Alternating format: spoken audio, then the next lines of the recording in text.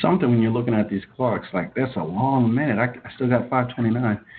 Okay, I'm going to call this meeting of the Teaching, Learning, Equity, and Pupil Services Committee to order at 5:30 p.m. And we'll have our roll call. Delgado. Delgado. Present. Levy. Present. Jacobs. She's absent. Yep.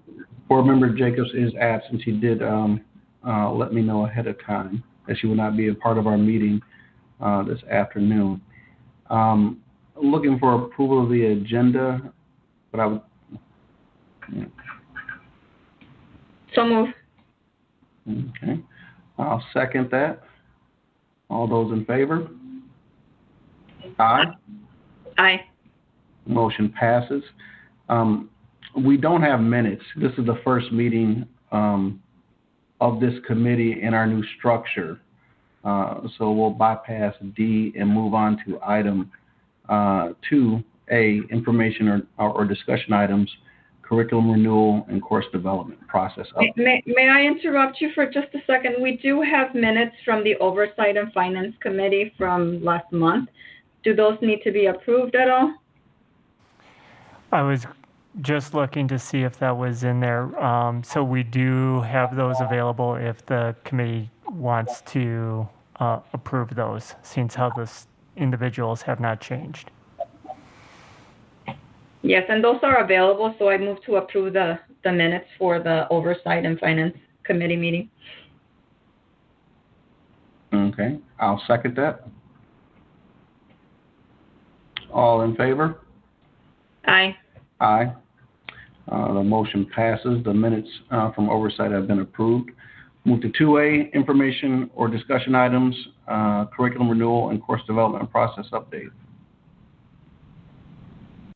All right, I have our Executive Director of Teaching, Learning, and Equity, Ms. Moratek, and our Director, Ms. Gorrud, that will give the overview, and I will be running the slide deck here.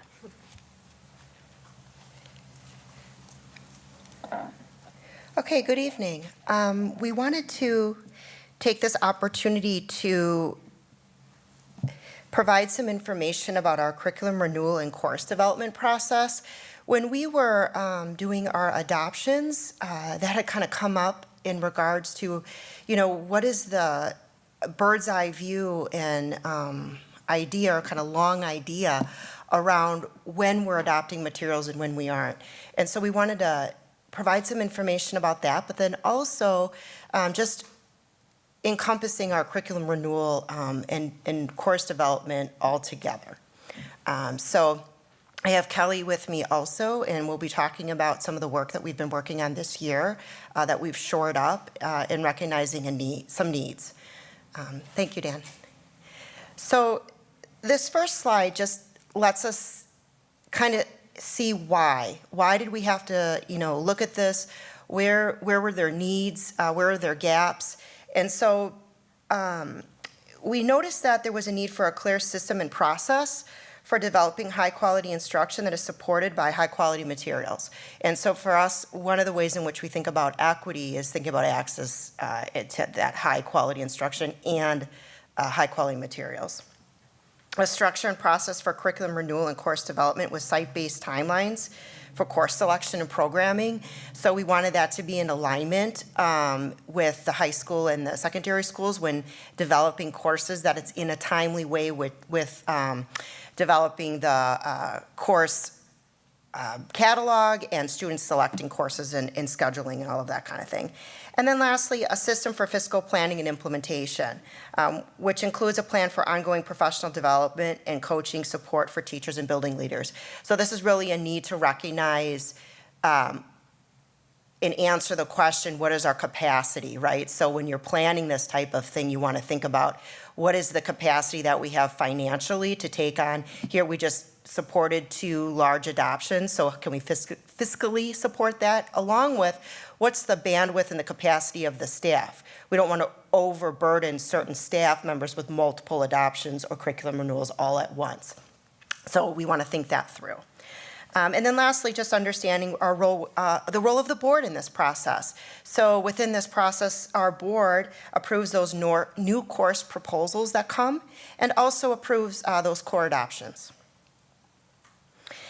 We also wanted to indicate that, a lot of thought and research and theory is behind this, and I could put any room to sleep talking about this, so I most certainly won't. But just understanding that this is built and grounded in the theory of having a guaranteed and viable curriculum. So Marzano, who's a well-known educator, talks about in this context, guaranteed meaning for all students, and viable meaning that it's a doable curriculum, right? It's realistic yet challenging. So when you're designing a curriculum in the scopes and the sequences, that they realistically are not just age appropriate or standards aligned, but they also are the right amount of content for a student to engage in throughout the school year. Also recognizing that equitable access to high quality instruction and high quality materials. You don't want one or the other, right? You want a balance. Sometimes you focus on high quality instruction, but the materials themselves are not aligned, or vice versa. You have high quality materials, but there's no focus on instruction. Grade level standards alignment, we just had recently the state 2 new standards rollouts for math and ELA, so wanting to make sure that we are in suit with those standards as well. And then understanding by design is a tried and true framework that curriculum designers often use. Next time I see you, Chair Levy, I'll give you one of the texts. I brought a copy for you that we're grounding our work in, just so that you can see that. Originally coming from Wiggins and McTighe, but this is actually Ainsworth's work, and so I'll be happy to share that text with you so that you can see some of the work that our TLE team is doing that is informing the work this past spring and through the summer. And then, next slide. We're going to be going through these 4 stages. So when we do the curriculum renewal process, it's 4 stages. If you're familiar with school improvement, similar kind of plan, do, study, act, but here it's reviewing the curriculum, designing new curriculum, implementing curriculum, and then monitoring and analyzing the effectiveness of that curriculum, and then making those modifications as needed. And the following graphics are really just lifted out of that heavy document that was uploaded to the agenda. So Kelly's going to take us through just some of that high-level graphics and explain some of the nuances of these stages. But that more in-depth kind of detailed work is in that heavier document. Thank you. Okay, so I'm going to take you through the 4 stages here, and what I'm going to focus on are the major action steps that are included in each stage, and some of the deliverables that we would expect as a team to have coming out of those stages. So in our first stage, we're going to review the current curriculum and any data that we have related to it. So our major actions are to collect, gather, and analyze both the qualitative and the quantitative data resources that we have. And then as we're doing our curriculum analysis, we would start by making sure that we unpack and really truly understand both the standards and the instructional shifts that go along with those standards, particularly if there have been any changes to them since the last time the review process has taken place. We would work with our community to develop a vision statement. And then we've developed a series of program or curricular review reflection questions. You can think about these if you've ever heard of a program analysis or a program assessment process. These are questions that help us then synthesize and think across these data sets, think across the challenges, think across the strengths of any curriculum that we've got in place, so that before we enter the design process, we're really trying to get a clear view of what exists. So our deliverable coming out of this stage is really that curriculum evaluation report, which is that summary and synthesis of the data review and the curriculum analysis. Stage 2 is kind of our hefty stage, and this is what a lot of times individuals think about when they think about curriculum work. This is that design stage. What are we going to be building? And so the major action steps that are included in this stage include developing those milestones and goals for the curriculum design. So we have a calendar and communication plan that we would follow, that would fall out of this particular part of the process. And then working with our educators in the district to develop a scope and sequence, and that includes prioritizing standards and making sure that we are very clear on both what we want as goals, learning goals, and the sequence in which we're going to try to teach those, go after those.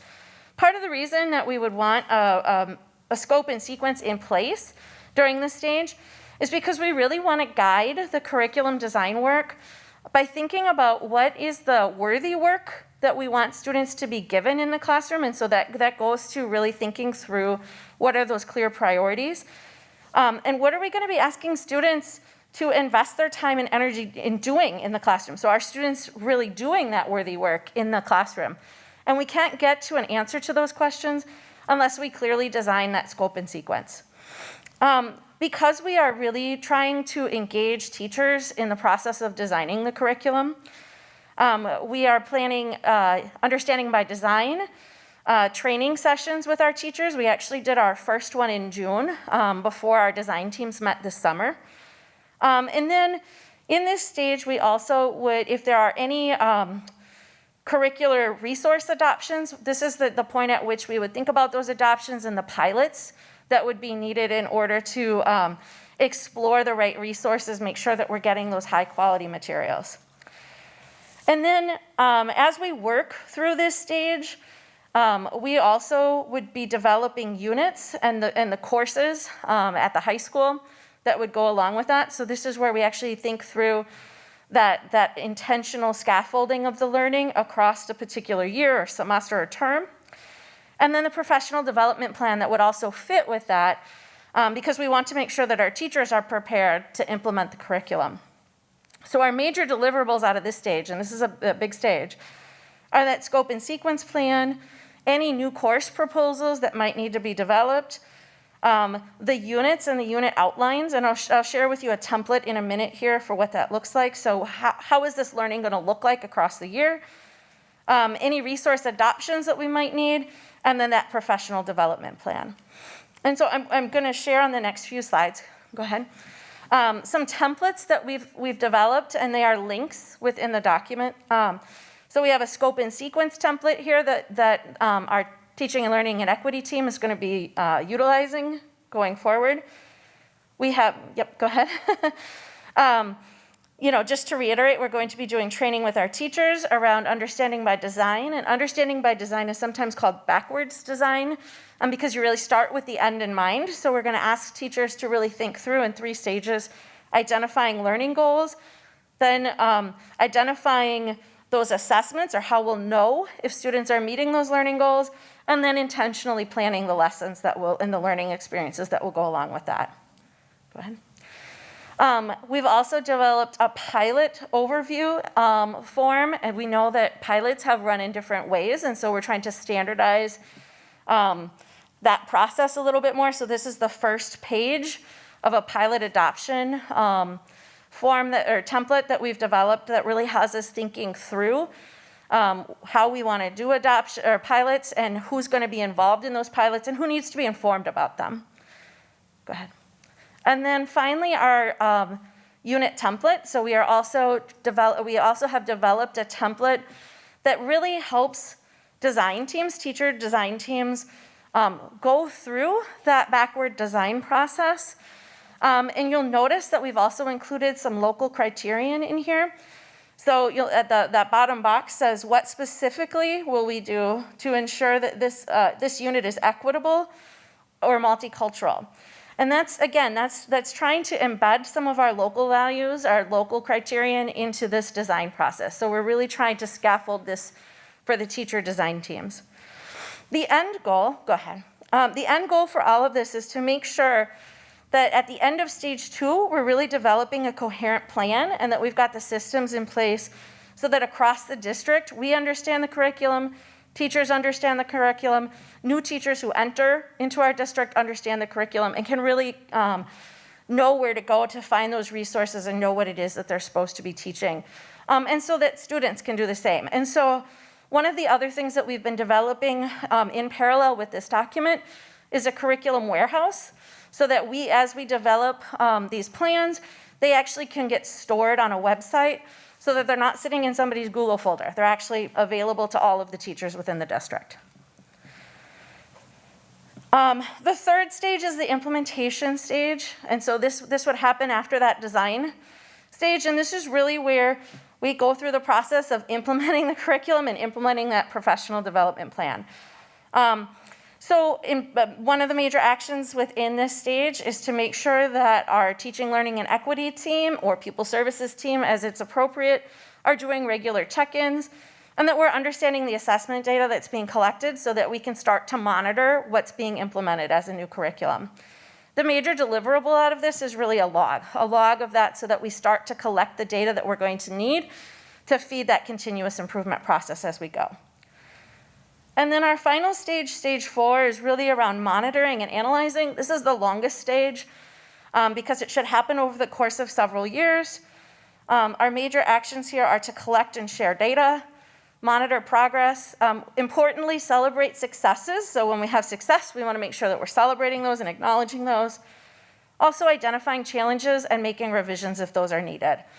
And again, the major deliverables here are reflections on the data that we're gathering, on what's happening in the classroom, on students' experiences with the curriculum, and then any revision recommendations that might need to be made. So that as we move from stage 4 back to stage 1, and we start this process again, we've got some action steps in mind to feed that next stage of the cycle. And then we wanted to include, our team has really been working on thinking through what is reasonable and what the timeline for this should look like for each subject area. So this is a draft plan, and I say it's a draft plan because priorities will change as needs emerge. But right now, this is our best plan for how we want to cycle through this renewal process. So you can see this year we've really started with that ELA adoption and our science adoptions. But we've got plans going forward for next year and the year after and the year after that for how we're going to be cycling different subject areas through so that we can make sure that this continuous improvement process is a part of what we do in every subject area. I think that's it.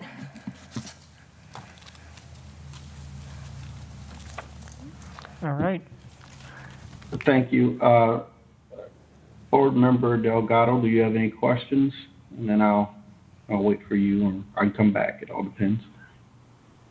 Thank you. Thank you very much for that presentation. Being, myself not being actually involved in school, I don't have any background in school whatsoever.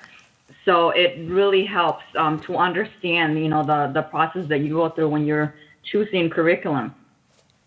So one of my questions that I had written down was, how do you determine what curriculum would be best fit for the school district?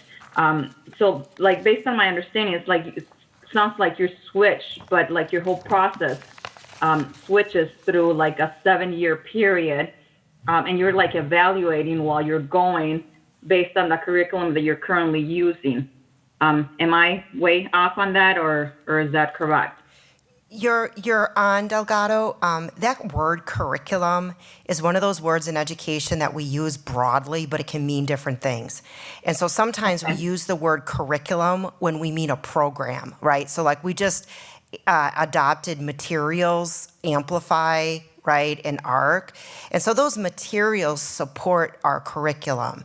And so when we're designing, we're thinking about what are the standards, and then what are those priority standards, what are those assessments, and then we're selecting materials that best fit that curriculum and meet those needs. And so, for example, when we looked at adopting Amplify and ARC, we use that third-party reviewer system called Ed Reports, and it rates curriculum based on its alignment to the Common Core, for literacy, the quality of the text, the usability of it for teachers, like those types of qualities. And so then we run our pilots and we select the materials. And so I say all of that to say, you have a design team that's saying, okay, these are our priority standards, these are our assessments, and we have large teacher teams that are currently working on this. And then once we've done that, we're saying, okay, then this is what fits into that best.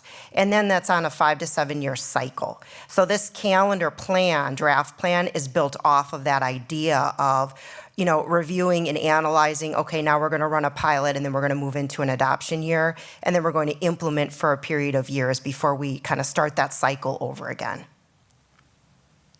Okay, and that makes a lot of sense, and I think that kind of answer, another question that I had as to, if there were. So I was thinking curriculum like as a whole, coming from like one particular provider or one particular, curriculum set. But it sounds like you adopt programs depending on what the need is. So what determines your priority?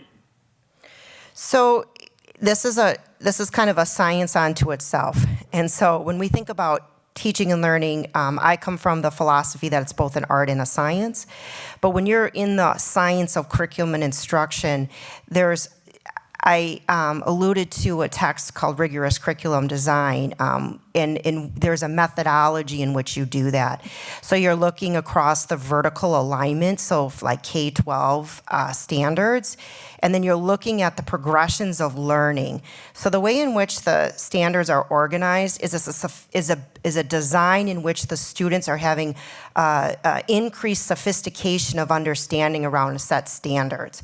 And so when you look across those progressions, you're identifying what are some of these key priority standards within all of them. We're teaching all of them, but we're spending more time or more depth within some of those priority standards. So our teams this spring did that work. All of our staff in our PLC times this past spring during term 4 on our Wednesdays went through a process of identifying together collectively what would be those priority standards. After that, we're building those scopes and sequences and those assessments. Now, in the example of ARC, that's a newer adoption, so we'll be more implementation with fidelity in that piece. But with other ones, you're building that curriculum in the way in which you've localized and decided what are the priorities. Got it. Thank you. Yes, you're welcome.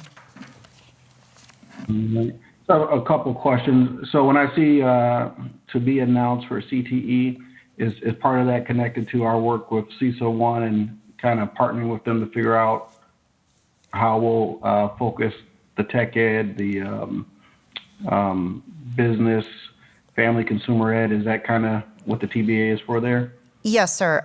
So we want to look at also the Project Lead the Way. And so we're in the process of looking at that and thinking about in that secondary. And so just with the new director coming in, we wanted to spend some time connecting with him and reflecting to build out a calendar. And so that can be done in the next month or two. It just was, in regards to him coming on board this spring and us presenting now. But we'll have that shored up.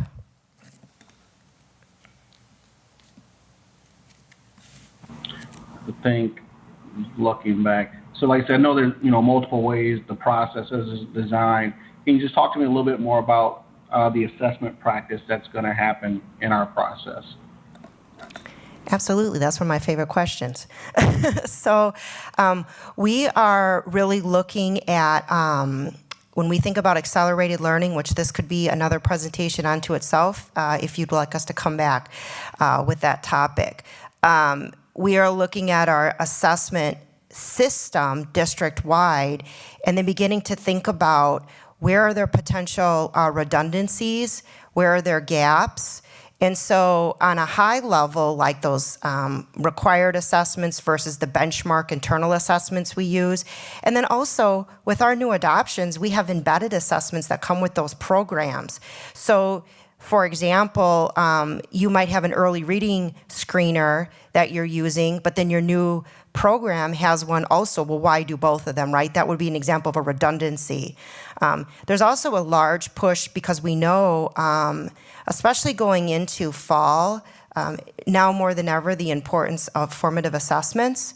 So a lot of the work that our teams have been doing and will be getting to is let's talk about common formative assessments so that we really have a pulse on where our kids are at so that we can meet their needs during this accelerated learning.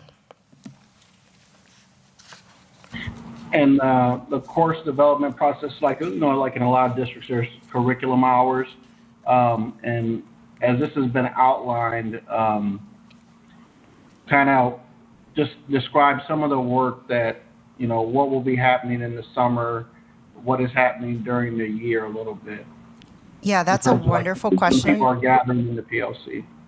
That's a wonderful question, Chair Levy. And you know what? I'm going to kick that to Kelly because she is just sleeves rolled up in this work, and she's so excited about it, and I am too. But I'm going to let her speak to the work because she should really do that.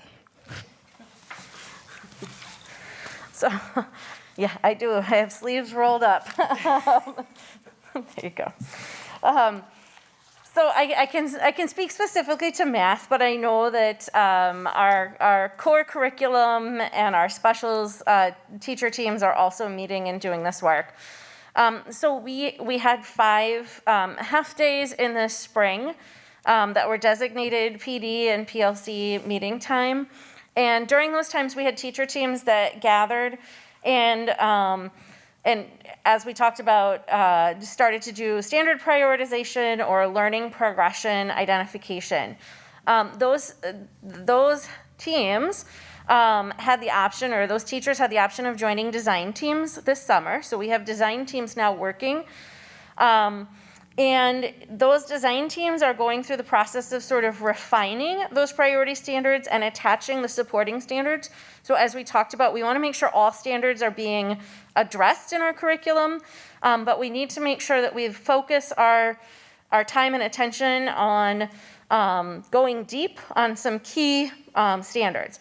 And so those design teams are looking at those key standards, how those other standards can come up and support their work, how we would go about assessing those standards to make sure that students are meeting our learning goals, and then beginning to take that unit template that I showed you and really start to fill that in so that they're going through that backward design process and identifying essential questions, or we sometimes call these transfer goals, right? The kinds of learnings that students need to take from year to year.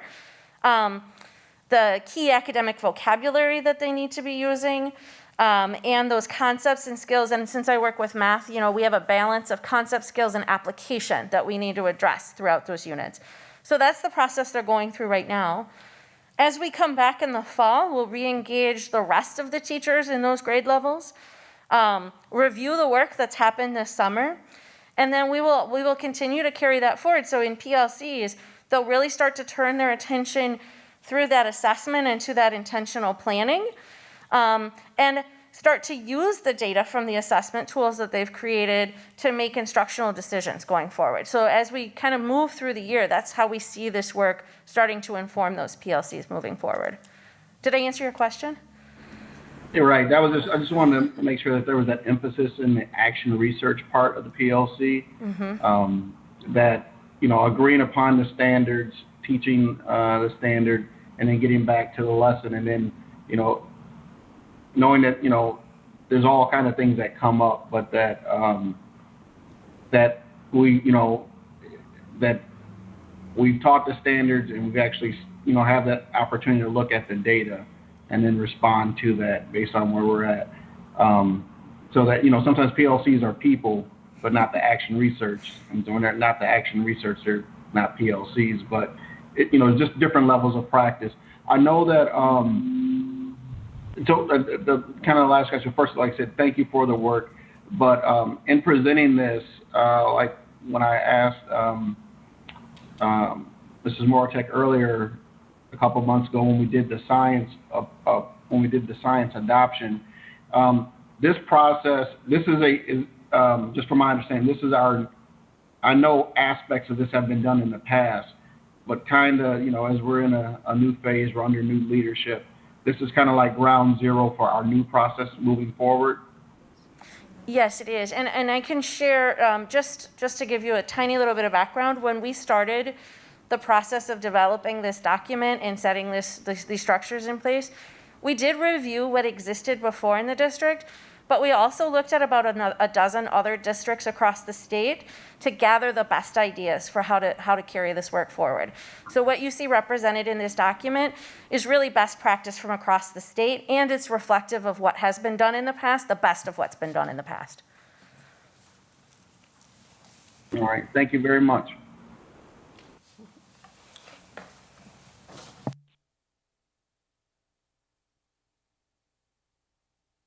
All right, so now we're on to item 3, meeting closing.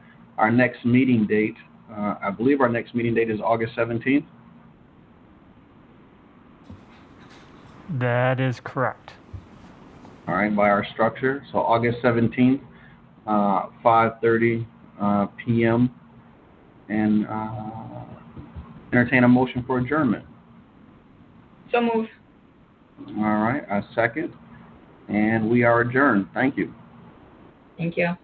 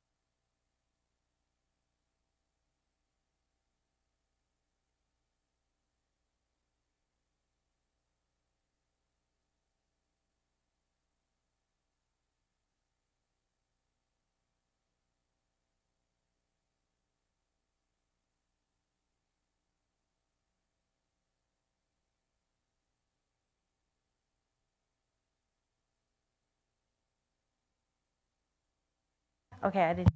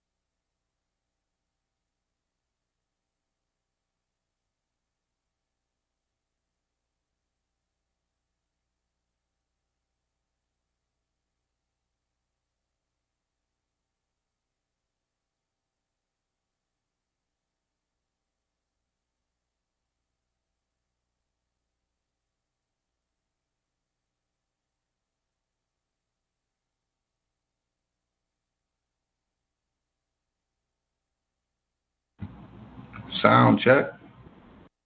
We can hear you. That was super loud.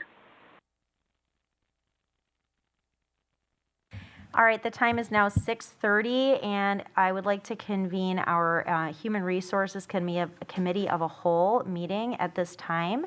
Ms. Miller is taking minutes for us this evening, so thank you so much for being here this evening, Ms. Miller. Could we please get a roll call? Yep. Miller, Present? A. Levy, Here. S. Levy, Present. Delgado, Present. Anderson, I'm just Wong, gonna- and Jacobs absent. Yeah, I was just going to jump in, and unfortunately, we've had some misfortune befall some of our board members for this evening, so it is just the four of us tonight. Thank you. At this time, would anybody like to make a motion to approve our agenda? So moved. Second. Yeah. Ted. Thank you very much. We have a motion by Amy Levy and a second by Delgado for the approval of the agenda. Is there any discussion or are there questions at this time? Hearing none, all those in favor, please say aye. Aye. Aye. Aye. Are there any opposed? All right, thank you very much. It looks like, I think, let's see, our minutes are they only in closed session? No, we have minutes from the last one. Oh, there they are. Okay, yeah, that's right. Oh, yeah, I did look at those. Haha. All right, can I get a motion to approve the minutes, please? So moved.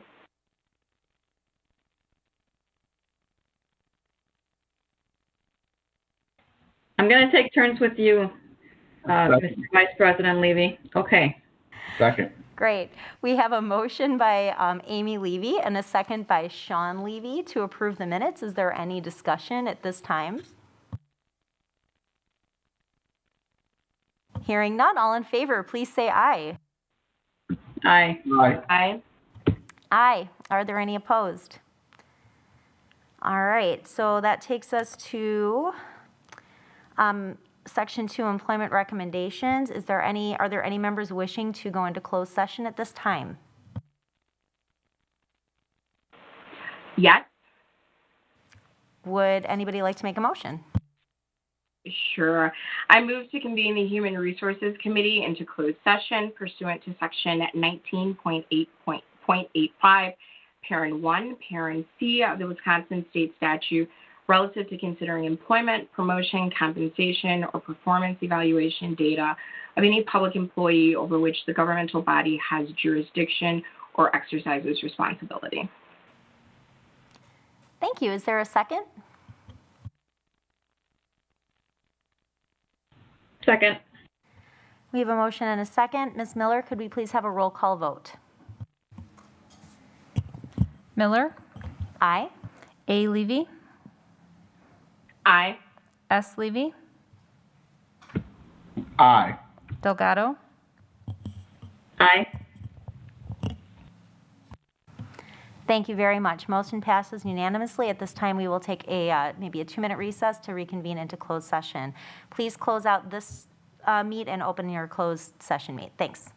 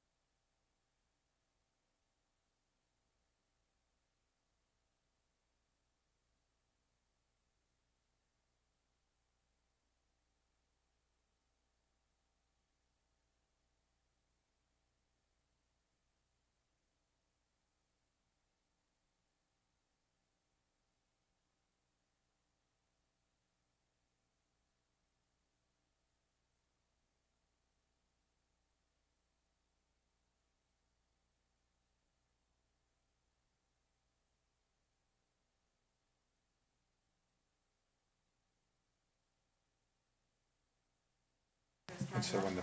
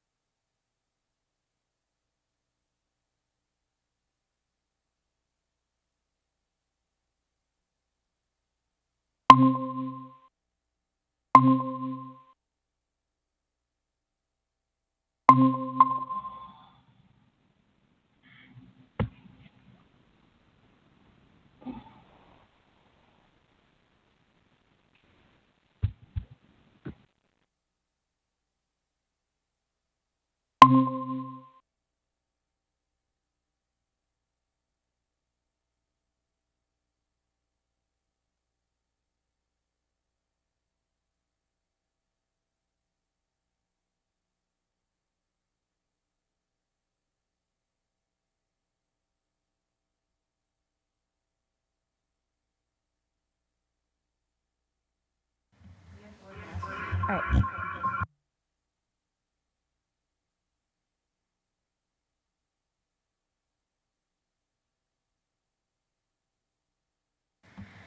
Hi, thanks. All right, welcome back. We are back in open session for our HR committee meeting. At this time, I will accept a motion to take action on our employment recommendations.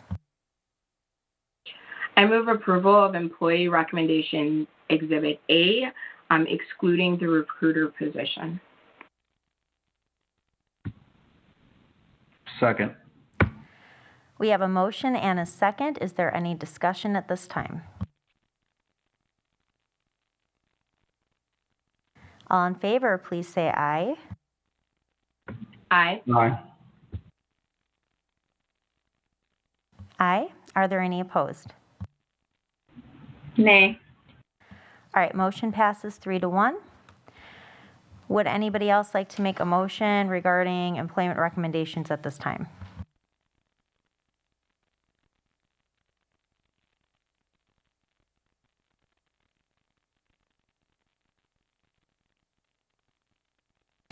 Okay, hearing none. Let me just make sure there's nothing else on the agenda. All right, our next meeting date. All right, the next time we meet will be, I believe, at 6:30 p.m. on August the 3rd. Is there any other discussion before we adjourn? Just a quick comment, our legislative session was moved to August 3rd from 6 to 6:45. Thank you for that. So we will be adjusting our HR committee time, and we will provide an update. Just make a note here prior to the next meeting. Thank you very much to our legislative liaison for that reminder. Any other discussion before we adjourn? All right, hearing none. Motion to adjourn? So moved. Second. Thank you. We have a motion and a second. Any discussion? All those in favor, please say aye. Aye. Aye. Aye. All right, thank you very much. We're going to take like a 30-second recess before we go into our regular board business meeting for this evening.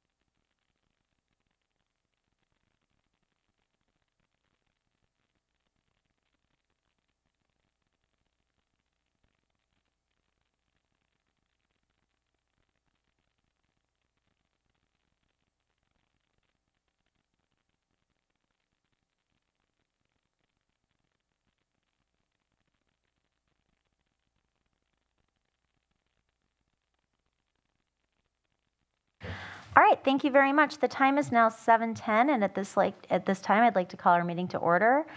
Let's see, could we please get a roll call, Ms. Miller? Miller, Present? A. Levy, Here. S. Levy, Present. Delgado,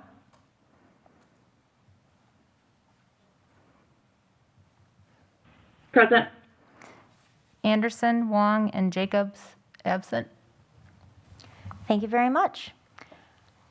Would anybody like to make a motion to approve our agenda at this time? I would like to approve the agenda with a couple adjustments.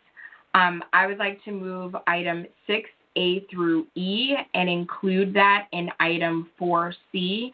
Since all of those are policies, I would like to take care of that during my policy committee update. And also, if we could have item 6A through F specifically identified for first reading. Thank you. Sounds good. Anybody else have any questions, comments? Anybody would like to second that motion?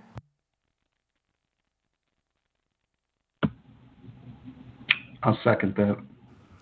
Thank you very much. We have a motion and a second. Any other discussion? Hearing none, all in favor, please say aye.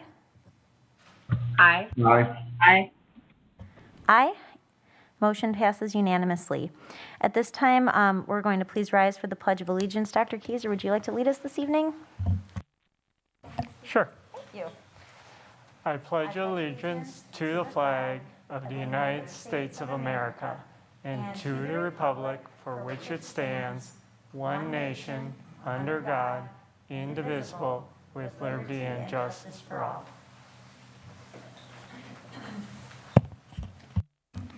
Thank you all very much. At this time, that brings us to our second section of the meeting for public comment. Is there anybody here in the boardroom wishing to make a public comment this evening? Do you want me to call them? Okay. Kurt Hendrich. Oh, real quick, so sorry, I'm just gonna, we always read our policy before, but yeah, be comfortable, that's fine. So before we get started with public comment, I just will read our policy 187, norms for public comments. Citizens are welcome to attend all open meetings of the Board of Education. Robert's Rules of Order will be followed at all times. Persons attending board meetings are expected to conduct themselves in a respectful and courteous manner that models appropriate behavior for our students. Persons wishing to comment are expected to comply with the following norms in order to maintain a respectful and orderly meeting and to protect all persons, including members of the public, district employees, and district students from personal attacks or discussion of confidential matters in a public forum. Comments should be directed to members of the Board of Education and not district employees, students, or other members of the public in attendance at the meeting. Comments that attack any individual personally or professionally or are derogatory or demean others will not be tolerated. Personnel matters or concerns regarding specific district personnel are not appropriate topics to be addressed during an open meeting and should be handled in accordance with district policy and procedures. Concerns or questions regarding students will not be allowed. Comments regarding another individual's membership in a legally protected class, i.e. race, sexual orientation, religion, etc., is strictly prohibited. Response from the board will be limited to clarifying inaccurate information, seeking additional information from the citizen, or acknowledging that the citizen has been understood. The board will not debate with the citizen, and the board may not take action on an item raised during public comment that is not on the meeting agenda or notice. The chair will interrupt and rule a citizen who violates any of these norms out of order. If ruled out of order by the chair, the person's opportunity to address the board will end immediately and the microphone will be turned off. A citizen who violates these norms may be restricted from making public comments at future meetings. Please remember to speak slowly and clearly for our translators. Thank you so much for your participation and courtesy. Now, please, go ahead. Thanks. Kurt Hendrich, 740 Grand Street. I'm glad you get more than 3 minutes to be able to say that. It's not, oh, I got to turn this on. There, I'm now. All right, Kurt Hendrich, I live at 740 Grand Street in Beloit. I was just saying I'm glad you get more than 3 minutes to share that because that's a long one. I have a couple of colleagues here who are, if it's all right if we just speak one after another. Do you guys want to come on up?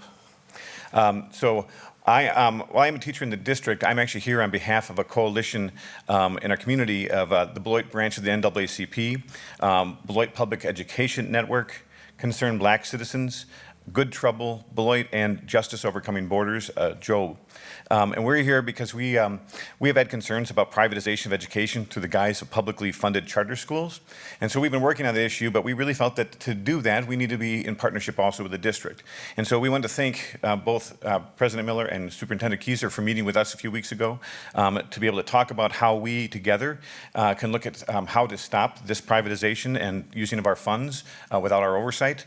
Also about how we can do things better as a district and a community to prevent such things from happening in the future, and also about how just simply how we can continue to stand together in our community. And we had some goals that we brought forward, and my colleagues wanted to share some of those goals so that the rest of the board would hear what we talked about. So I want to invite them to come forward.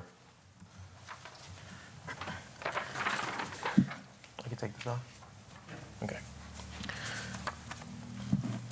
Garrison Voigt. I am a graduate of Beloit from class of 2020. So I'm here with Kurt and all the other groups today. We did get the pleasure of meeting with Superintendent Keiser and Megan Miller about some of these following topics. A lot of the big ones that we touched on were including hiring of people in color in educator and admin positions, dealing with issues of systemic racism within the district as a whole, supporting opportunities for the discussion of race-related issues in the classroom, and then professional educators and admin that also reflect the makeup of the student body. On top of that, we also spoke upon issues regarding other schools in the area like Turner and the Lincoln Academy and how their privatization can kind of steal a lot of the funding from our district and can kind of be bad as a whole for our district and our people. And then trying to foster and build different partnerships with businesses in the area like Beloit 200, also building relationships and partnerships closer with parents and the community as a whole.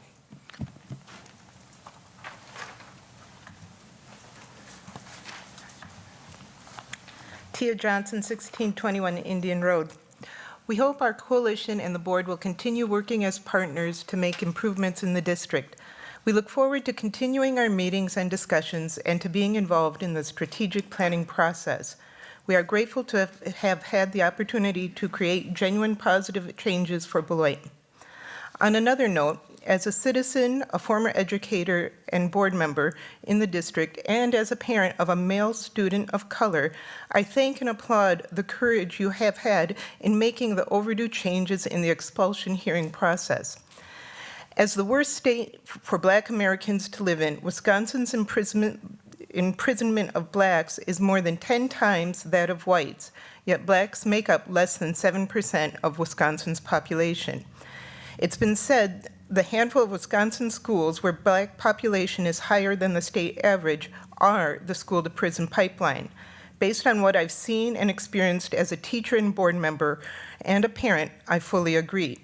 The expulsion hearing is a legal process, just as a civil or criminal hearing. The rights of both parties must be equally granted and respected. During my time on the board, the hearings were recorded onto DVDs and brought into our homes for us to watch. Once there was a recording that had neither audio or visual. Before the meeting, I asked a few fellow board members if they had the same problem. 2 members had, and another stated they never bothered watching the recordings because they just always agreed with whatever the administrators said. Prior to going into closed session, I moved that we strike that particular expulsion due to the circumstances.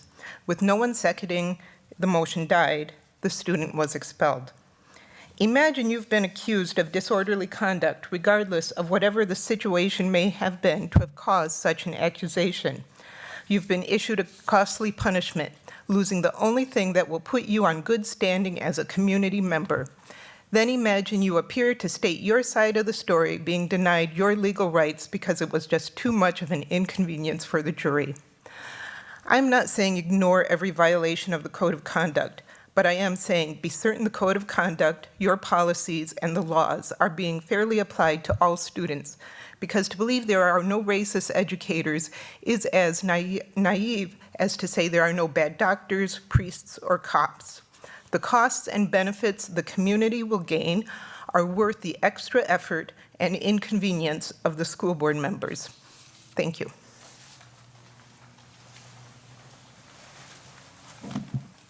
Does that conclude all 3 of your comments? Okay. Thank you all very much for being here this evening. Are there anybody else? Nope, those are the only ones. Or and I said that badly. Did anybody send an email in at all? We're good? Okay. Just want to make sure we don't miss anybody. Thank you very much for your time this evening. That moves us to item number 3, reports to the board. And I'm pleased to introduce, this evening we have some guest speakers here tonight from State Line Community Foundation and Literacy for Life to present for us. Is it going to be all 3 of you? You'll go ahead. Okay, so we'll welcome Ms. Tinder, Mr. Flanagan, and Ms. Studeman. Thank you very much for being here this evening. Thank you very much, President Miller. I appreciate being here. Dr. Keiser and board members, it's nice to see you all this evening. My name, as Megan said, is Tara Tinder. I've been the executive director. Hi, Rochelle. You're here too. That's great. Our reading specialist. I've been the executive director of the State Line Community Foundation for going on almost 30 years now. So it's been a long time of a lot of watching wonderful things happen in our community. But I recognize that not everybody knows that much about the foundation. You do if you're a parent and you've had a scholarship recipient. We hold over 70 scholarships that we have been giving out to students since about 1993. And the majority of those scholarships do benefit our students here in this district. So we have a piece that we'd like to show very quickly. It's about 2.5 minutes that gives you a little bit of a picture of what the foundation is. And then Dr. Bill Flanagan will come up and tell you more about the Beloit Literacy for Life initiative to update you on where we are and what's been going on. And then Mary Studeman, who is the member of what we call our Rudder Committee, and also a retired reading specialist from the school district of Beloit, will do a summary piece for us. So, Dr. Kieser, with that, if you'll put that little piece in and hit the volume up if you can. That's why it's called the present. And although tomorrow may be a mystery, just imagine you have the courage to make sure the future most closely resembles what you loved about the past. But we know change does not just happen.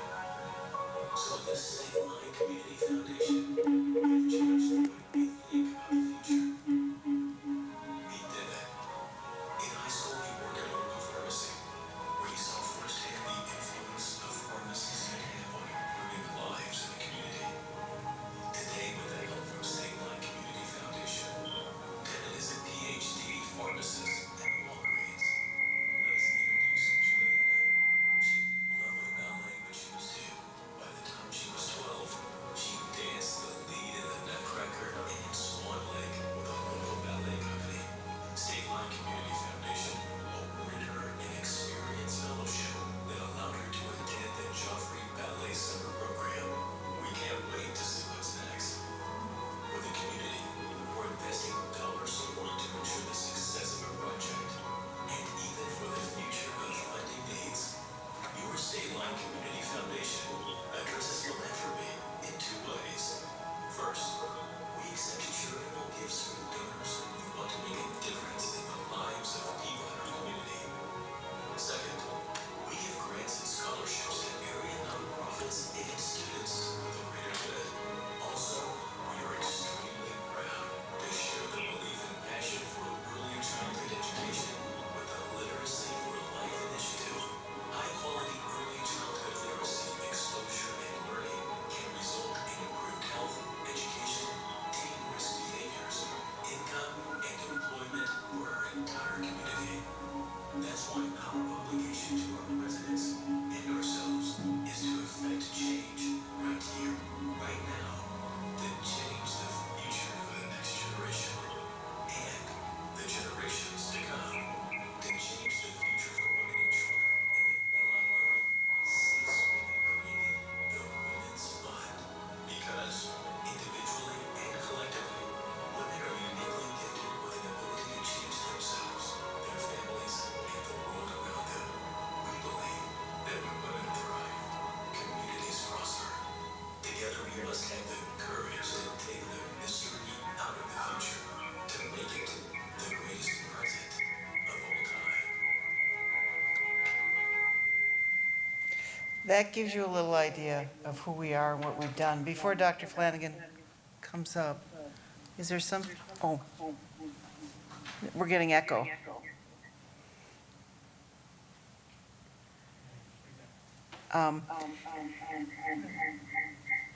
No one wants to hear me echoing, I guarantee you. Let me just say that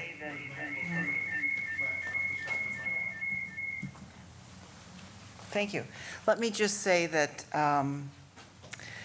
we want to thank the district and the board for collaborating with the State Line Community Foundation, the Beloit Literacy for Life initiative, with the ability to use one of your wonderful new vans with a former student, Gloria Heiss, who's created the Bookmobile. And between the Bookmobile and the intern that's going around to various events, and Rochelle, who's been an integral part of all of this from the beginning 4 years ago. To date, we've given out over 9,000 books free of charge. These are new books to the community and to our kids. And we couldn't be happier about that. So I just would like everyone to know that the Literacy for Life initiative wants and is passionate and committed to ensuring that all children in our community start kindergarten with literacy skills that will put them in a position on a course for success, so that through their school years and beyond, they will have a better chance at a better future, and in turn, that will improve our community also. So thank you. Dr. Bill Flanagan, if you'd like to come forward.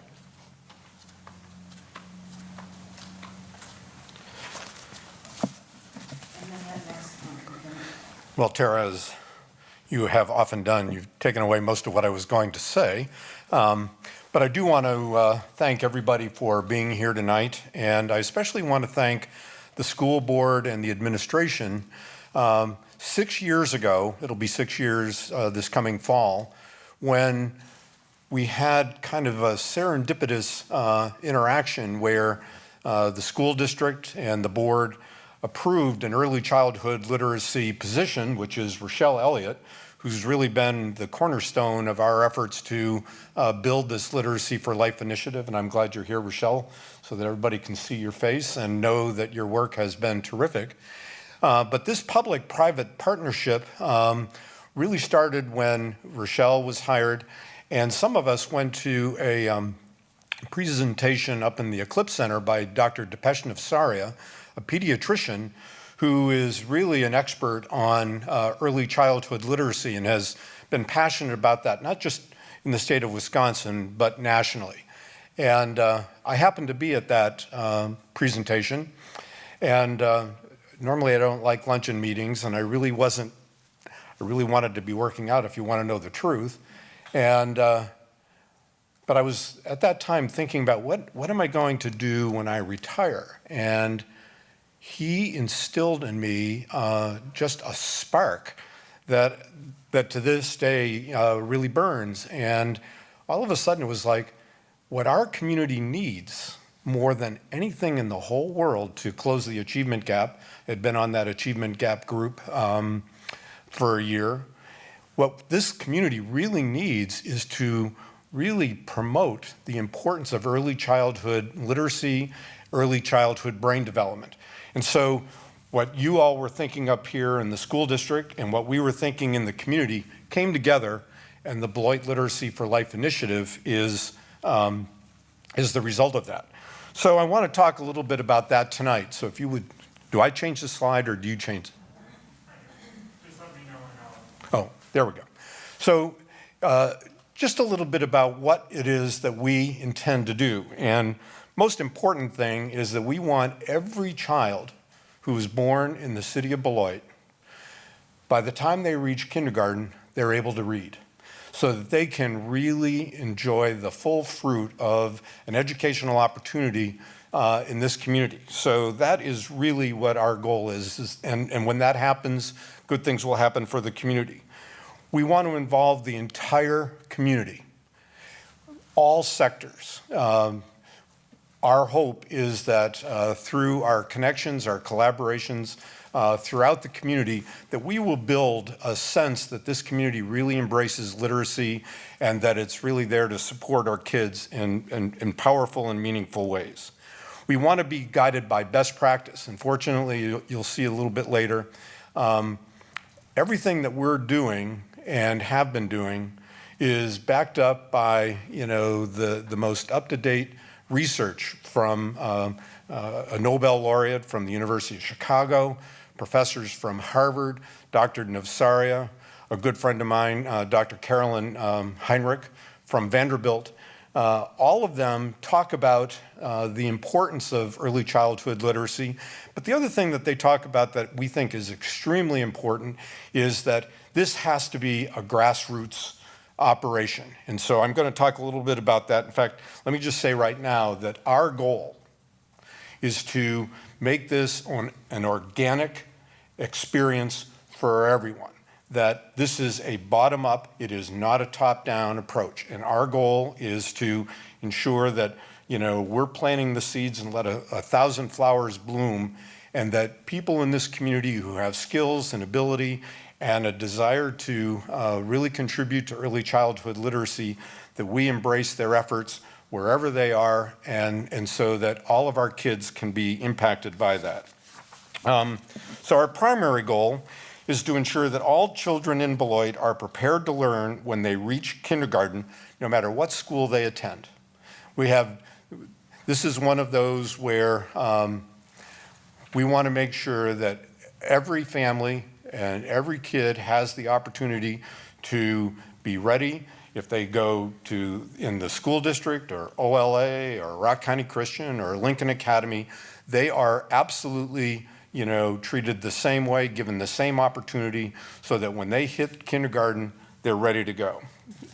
And in order to do that, it's really important, and I think this is where Rochelle has really been instrumental, is by developing the trust, the dignity, the respect that all families, all parents, everyone really needs to know that that we are there with you and we want to be supportive of you, and that we know that families have been struggling with COVID and all kinds of other issues, but this is really important. This is essential to our success, is that we're building relationships that are built on respect, dignity, and trust. That's critical to everything that we do.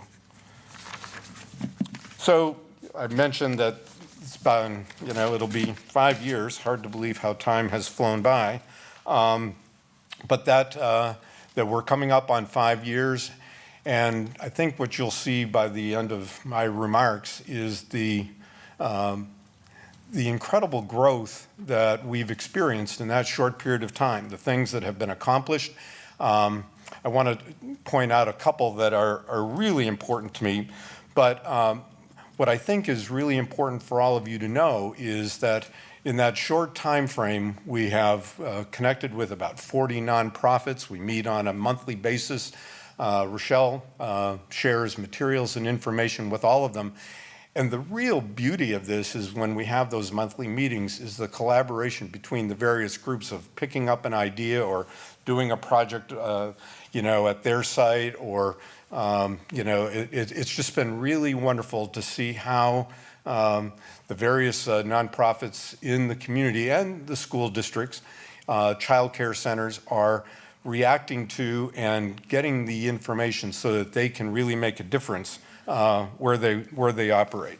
One of the things that, to keep this organic, we did not want to have a steering committee where somebody was in charge or a president and all of that. And we went around and around and around on it. And eventually we came up with the idea that, no one's in charge really. And this is Mary Studeman, and I'm so glad Mary is here because she is the brainchild of the Rudder Group. And, Tara and I have both said that we love the way Mary's brain works, and she's going to summarize what I've been saying and have been saying for now 5 years, and she'll do it in 5 minutes, whereas, I'm taking a little longer than that. But the key to that is that we want to make sure that we continue this initiative long into the future. We don't want it to be that when Tara and I, leave in whatever way we leave, that this is continued in our community. And so, this Rudder Group is the one that has been providing some of that direction, and Mary has been instrumental in that. How we are organized is that we have pillars. Actually, if you could go to pillars. There we go. So there have been some key pillars. Obviously, the school district is number one in that because of, your support in helping us get this going, bringing Rochelle into this position has been vital. But one of the things that we have learned, and we're now happy to say that it is both of the health systems, the Beloit Health System and the Community Health System, are key parts of what this initiative is all about. And the reason why that's important is that we are literally starting from the day the baby is born.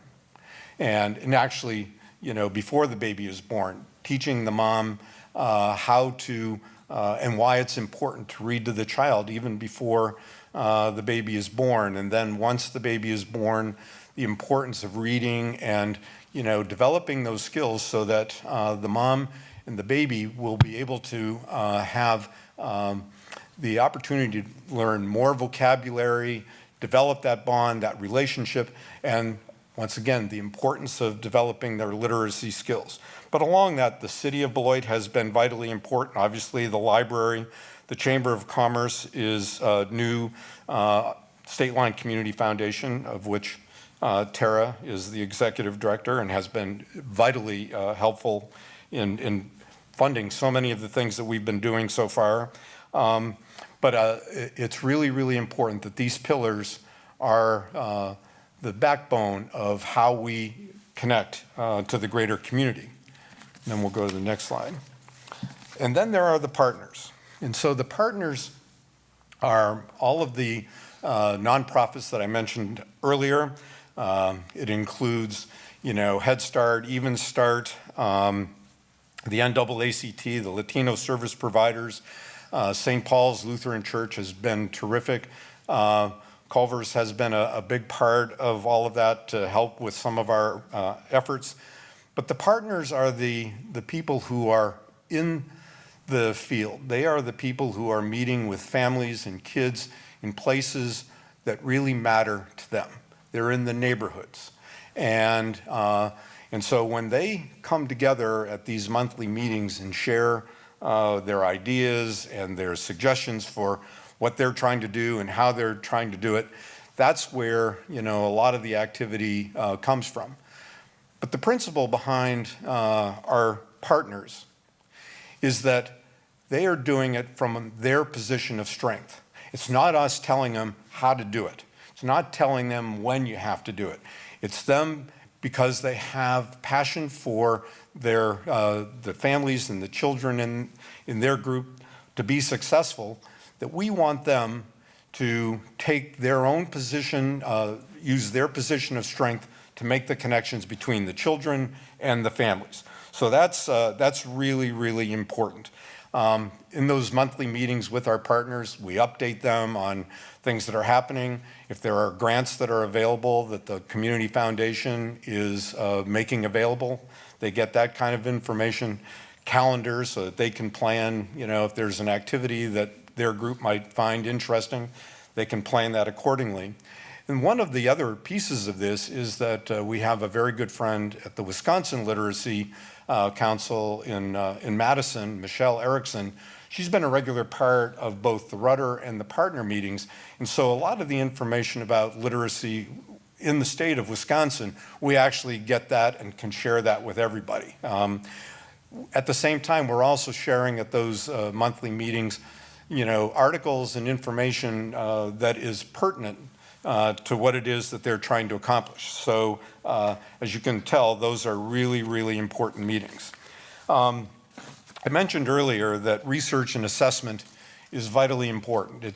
From our vantage point, it really doesn't do a whole lot of good to be doing all kinds of programming and not really trying to find out if it's doing any good. And so from the get-go, we have included researchers, data, and professors who are experts in their field. Again, Dr. Heckman from the University of Chicago, that really informs what we are trying to incorporate into our efforts in this community. And so I'm very thrilled that we're at the cutting edge of the research that's being done in the United States. And one of the things that happened recently, again, this is all serendipity, stars are in alignment. Quinn Studer, who is the principal with the new stadium and the ball team that will be here in Beloit, he is part of an organization in Pensacola where they focused on literacy, and that's really where his passion is. And so he has brought in all kinds of experts from Harvard, University of Chicago, to really do the research on what they're doing. And it turns out that what they were doing in Pensacola is exactly what we were doing here in Beloit, and not knowing that each was doing, the same thing. And so we've been able to pull our connections together. Quint has been, very, very helpful with a lot of the things that we're thinking about doing. One of the things that we're hoping will happen, I'll talk about this, well, actually, I'll do it right now. In the stadium in Pensacola, they have designed that stadium in a way that it is a place where parents can bring their kids and read the stadium. So there's alphabet and numbers and colors. And so when kids and families come into that stadium, they're able to read the stadium. Well, they've made a commitment to do the same thing here in Beloit. So we're really, really excited about that. But my major point is that Quint believes in assessment and has provided us with significant opportunities, to build on that research. So we're going to get into the accomplishments, and I'm not going to go over all of them. I'll leave that, that you can look at it at your leisure. But there is one that I think is really, really important. Again, this goes to what Quint Studer was able to accomplish in Pensacola and has inspired us to do here. As I mentioned, the two health systems are absolutely essential in order for this to work. And I'm pleased to say that Tim McKevitt and the health system, they are on board 100%. And one of the most recent things that they agreed to do is to show a short video to every mom and child before they leave the hospital about the importance of building the early brain development. So from here up rather than here down.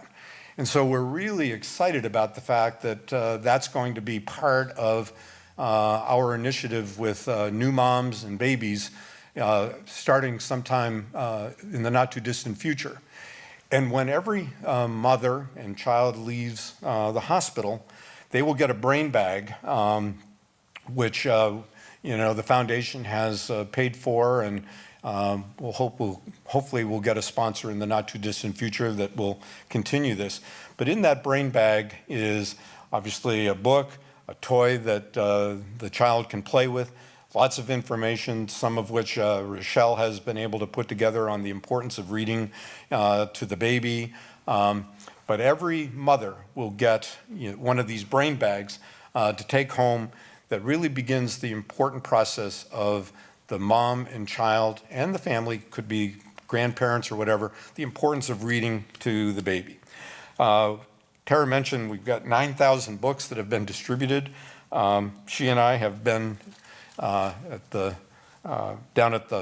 farmer's market, at Halloween, and at various other functions giving away books. And to see little kids get to pick their own book and how excited they are, it's very, very special. As I mentioned, we have about 40 organizations that are working on the Early Childhood Literacy Initiative, and we're very excited about them. We're hoping that we'll continue to have, once COVID gets through, a luncheon where we can reward or give an award to various groups or individuals who do exemplary work. Obviously, we weren't able to do that this past year, but we hope to do that soon.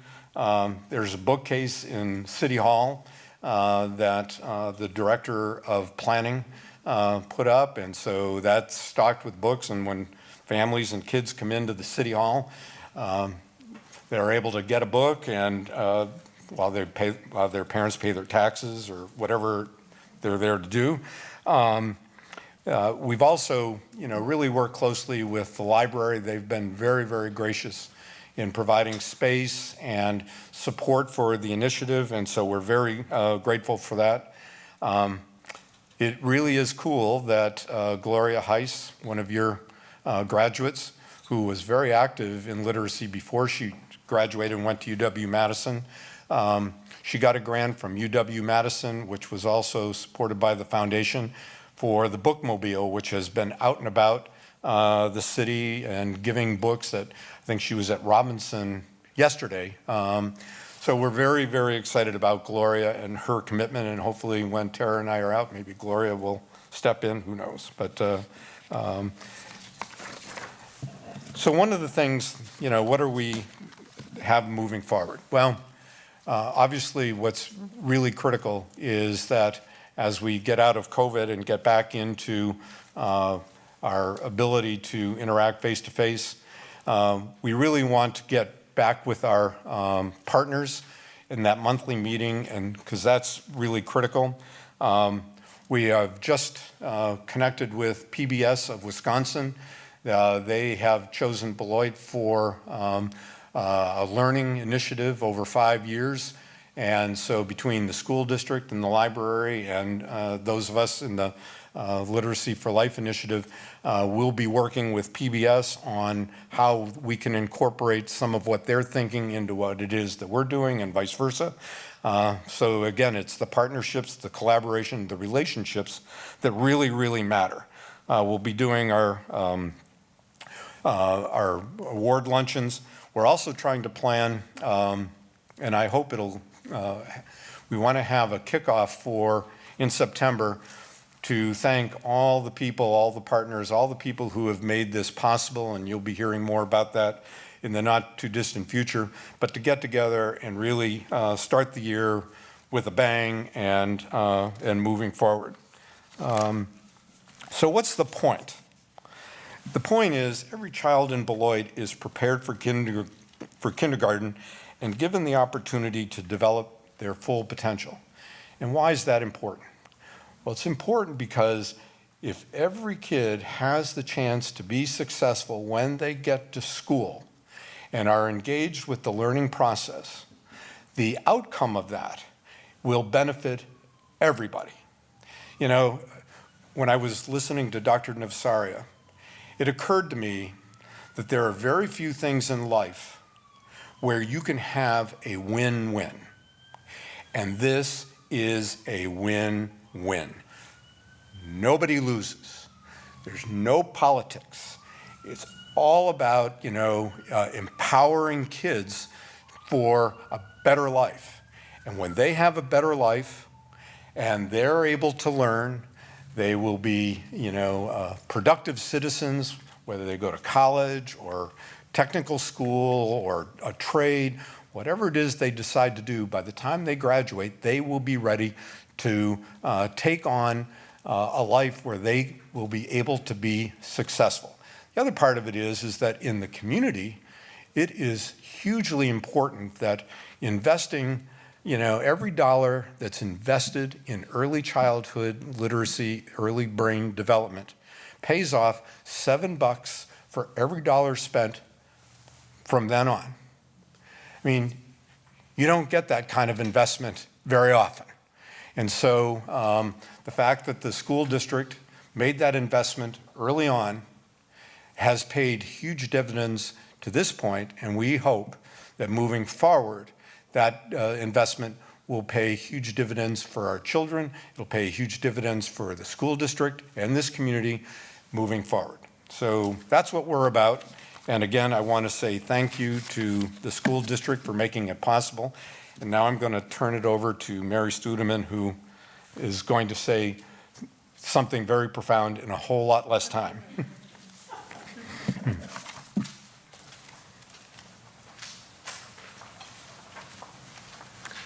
Thank you, Bill. You have great faith in me.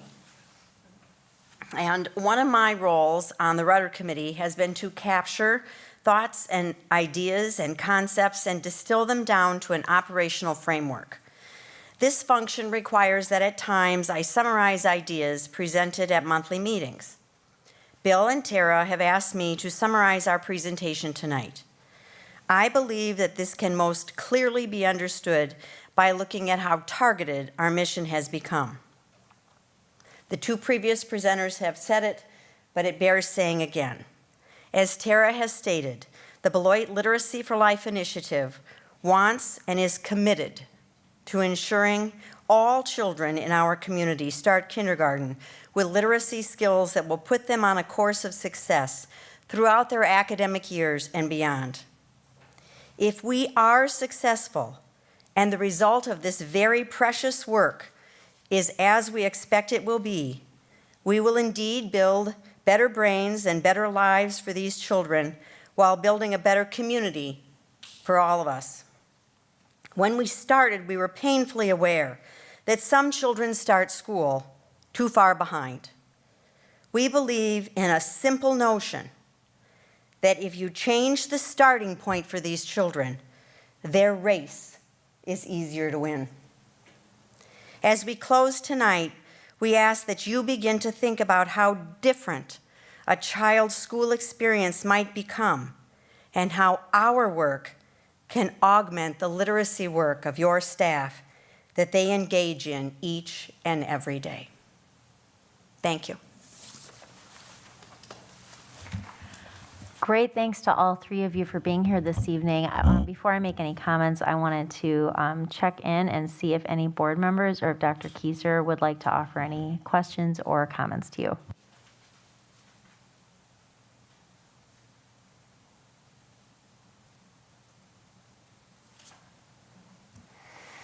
I just want to thank the three of you for coming in tonight and talking about the, not only re-educating about the community, State Line Community Foundation and your mission and purpose, but also talking about early childhood learning and literacy and the importance of how building that early foundational knowledge is so critical. As the research shows, by grade 3 has a huge, a huge impact on the future trajectory. So as a school district, I'm very proud of the team that we have and the investment that the board has done, investing in $2 million in new curricular resources with the American Reading Company. And we look to continue to partner with you and with our community members so that we can work collaboratively to help support our children as they grow into young adults and individuals that will become the future leaders of our society.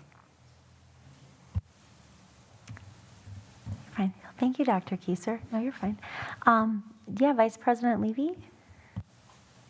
I just wanted to say thank you for the effort and the continued facilitation of our community partners in this important work.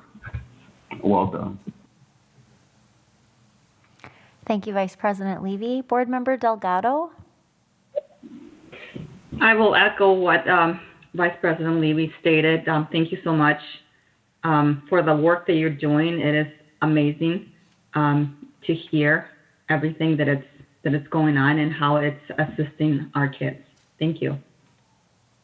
Thank you. I guess I'll jump in then. I do really want to thank you so much for reaching out and wanting to present here this evening. I think it shows kind of like the essence of public-private partnerships that's made Blight Literacy for Life a successful enterprise, and we're definitely excited to partner. For example, I am hopeful that we can, in the near future, consider right before the pandemic, I was lucky enough to be able to attend at the film festival, the Literacy for Life sponsored screening of No Small Matter. And Tara and I had talked about screening it for the board and for some district staff. So hopefully we can pick that ball right back up as we get into a hopefully less apocalyptic school year. We can all benefit greatly from that. It's a fantastic film, and I enjoyed the discussion afterwards. And I just have to personally thank Ms. Studeman. You're just like my hero, and I just thank you for all the work that you continue to do for our community. It's really humbling to sit up here and listen to this presentation and listen to the amazing accomplishments that you've listed off here, and feel personally connected to so much of what you're doing. And it's humbling, and thank you again for being here tonight. Does anybody else have anything before we let them off the hook? All right, thank you so much for being here.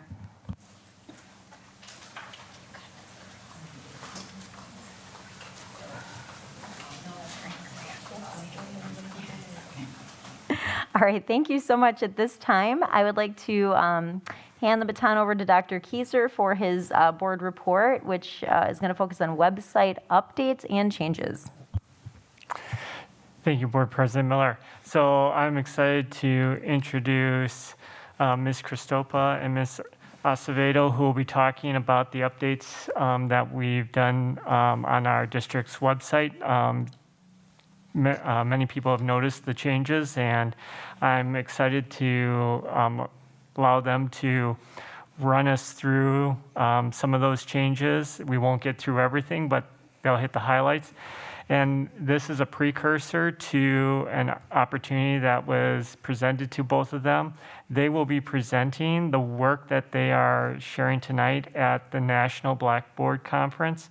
They've been recognized, and as a district, we've been recognized for our use of our website to engage the community through community engagements, as well as our use of the website to engage the community in sharing out information in our news releases through that. So with that, I'll turn it over to Ms. Cristopa.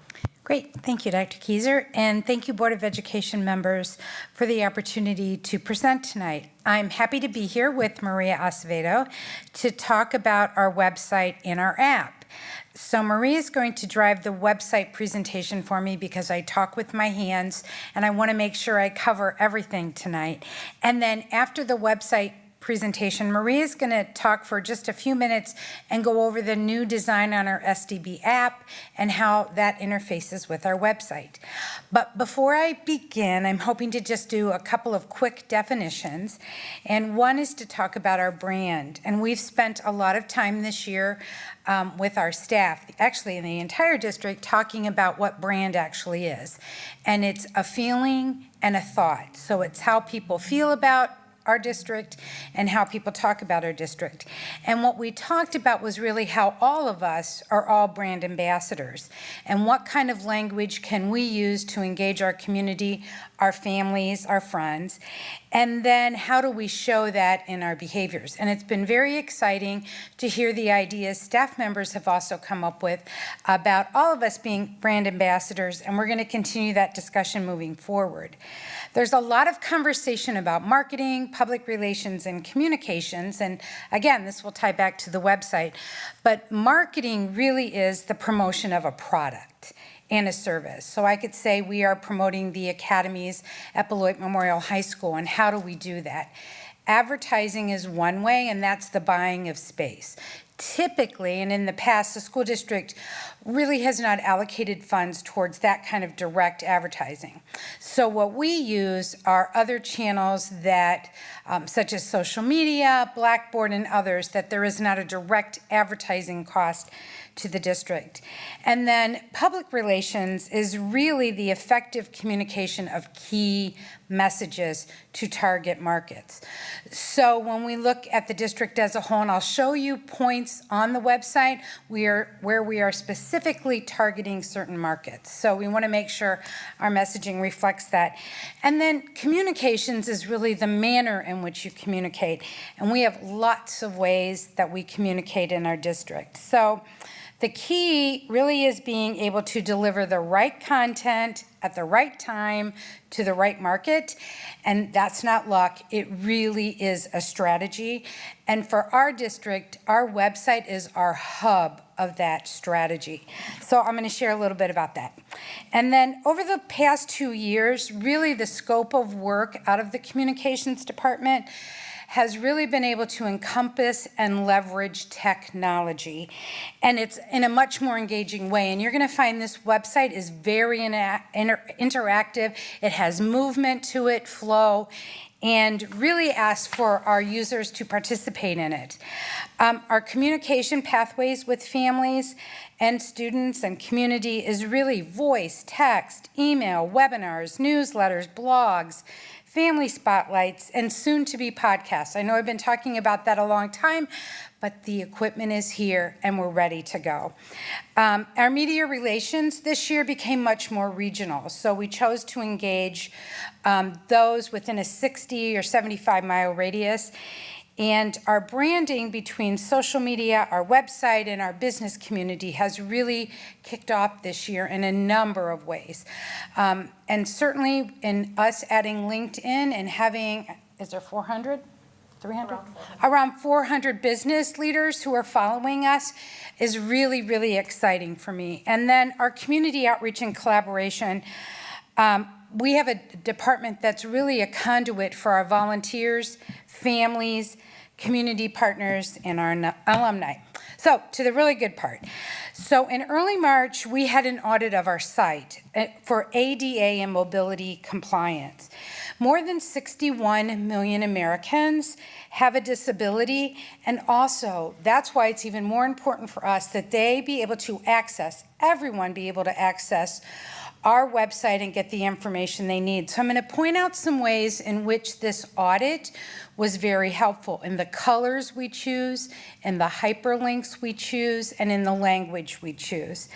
I'd also like to share that during our equity audit, one of our audit partners who are conducting the audit, beloved community, noted that our website reflects that we are intentional about the inclusivity of language and the images that we use to share diversity within our district, student, and families.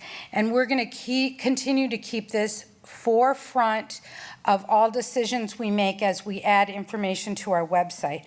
So there's a lot of changes. Our overriding theme is really about recruitment, retention, and relevancy. I will mention in this redesign, we had a lot of great feedback from students and families on what information they want and how they want to get it. We also looked at our previous website and at the banners and subsites, which had the most visits and which were being shared out on multiple platforms. I love Google Analytics, and this website was no exception to that rule. And what we truly found out is 90% of our families access our website on their smartphones.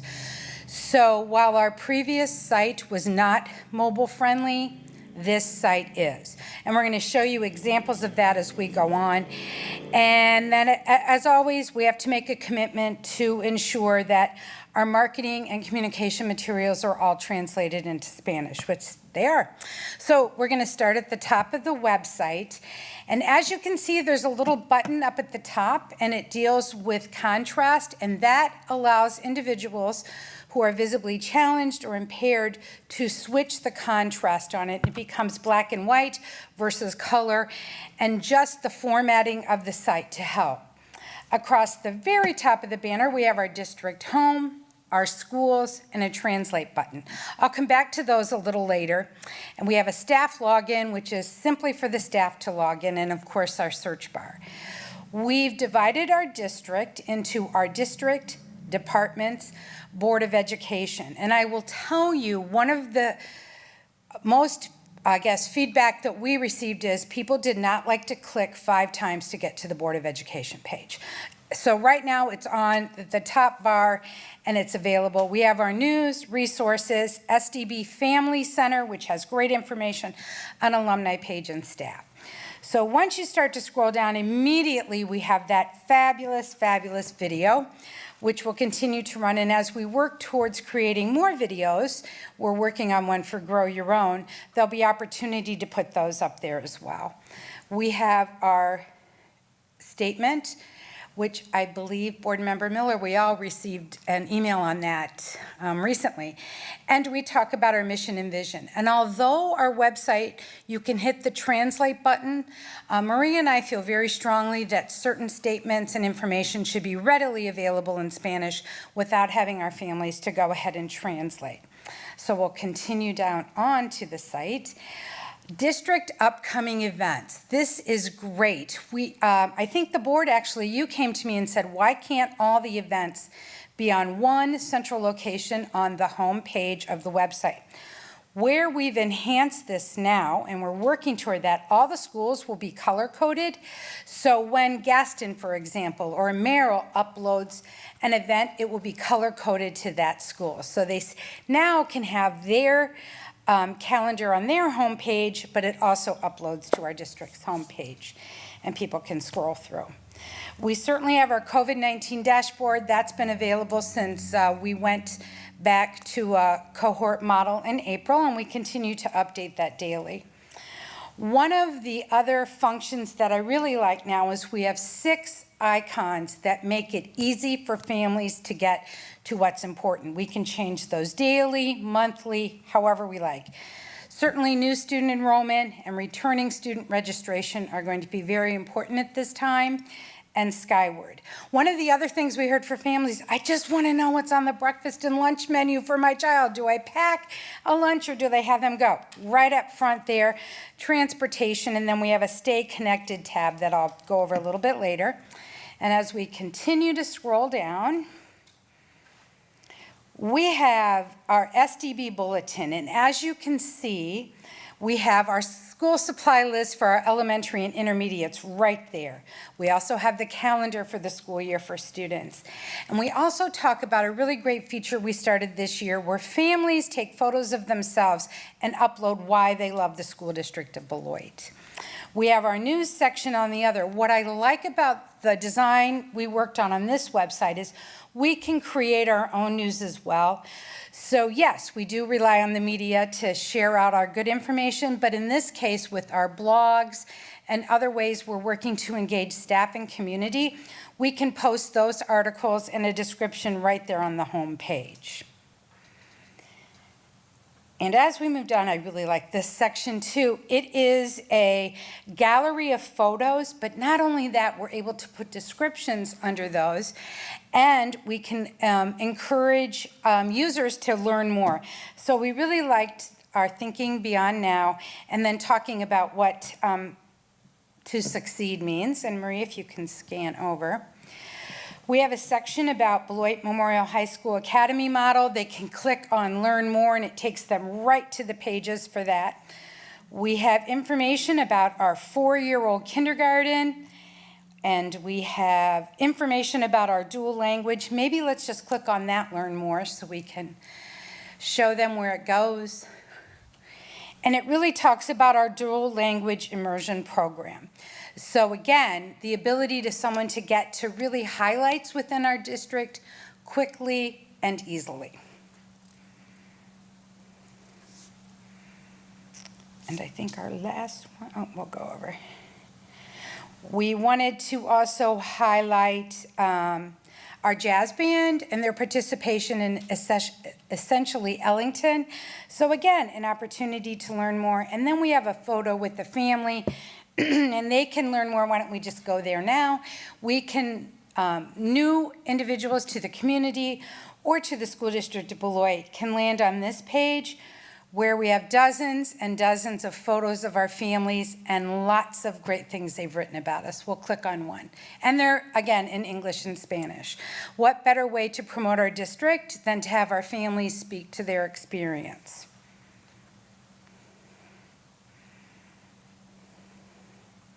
So another option which we can do is really highlight some very key points. In this case, 296 of our teachers have advanced degrees. These are the number of sports we offer at our high school, number of students enrolled in dual language immersion, and the number of AP courses. Now, each school will be able to individualize those highlights that they want to share. And again, these are just to start us off. We've been collecting a lot more data, and there'll be really cool updates that we have coming up that we're going to be sharing with our community. So one of the other things that we got feedback from people using our site, it was really hard to find those disclosures. Title IX, Title I, yep, we're going to go to disclosure. They're all there in one location. So the DPI reporting, McKinney-Vento, Title I, Title IX, all there, easily accessible, and all the information is there. Before, families had to juggle between one site or another, and so they're all there and available for everyone to get to. Could we go back up just to the Learn More? I forgot to show the recruitment slide. So when you're at the top of the and I talked about those icons, and we have Beloit Proud, we have a Learn More tab. What we did was set up some really easy to access icons that give generalized information about our district, about our the community we live in. There's our video. We have our about the diversity within our student body. So we wanted it to be a quick link, and we have received feedback. I might call you out, Ms. Beavers, and from HR, that when they're in recruiting and they're doing interviews and they ask people, what brought you to our district, or what had you look at this, they've said the website, and specifically this particular grouping of icons, because they get a lot of information and it's presented in a very nice way, and they like the photos. So that's it. And then I think I'll just go to the top. I know I'm talking fast, so please, I will take questions at the end. If we look at our district, we're just going to go to the superintendent's page. And this page has a very high hit rate. It's usually thousands per month. And one of the reasons is because Dr. Keyser makes his letters from the superintendent available right up front there. And also, they're housed from the very beginning, from his first letter to 2 weeks ago, that letter that he sent out. And we do find that it is a great resource in Spanish and English. I think we'll move to the departments. I'd like to pop up Teaching and Learning and Equities site. It was one of the first sites we transferred over, but I'm going to show you the leadership directory. Because in the past, what we've heard from families is, I don't know who I'm talking to. I don't know where they are on the website, not just Teaching and Learning, all of it. So we made a commitment to get photos up of our leadership teams, and their contact information is very easy to get to. So very nice, all there and easily accessible to everyone. And we also allow each department to have a little flexibility. Marie and I can show you our site. We decided to use kind of a Bitmoji format, and then people can just click on any one of those icons within there, and it takes them to those parts of our website. I will say this, the one thing that is surprising that people might not know about marketing and communications is the number of email and phone calls we do get from families and students. And really, there's many entry points on the website for them to connect, and what's nice about that is then we can get those messages to the right people for our families. Board of Education. This site makes it very easy for people to navigate. So I'd like to show board member contact information, and I'm going to talk about ADA compliance. So if we hit on Ms. Miller, thank you. One of the things to be ADA compliant is not to put your email address in there, but to rather put email Megan Miller. So when programs are reading it, it's much better for programs to have that. So we've changed all of your contact information to be reflective of that link, that hyperlink. And that we have made adjustments. All your board committees are updated. And again, although our site translates into Spanish, we felt this was important enough to have that translation already taken care of.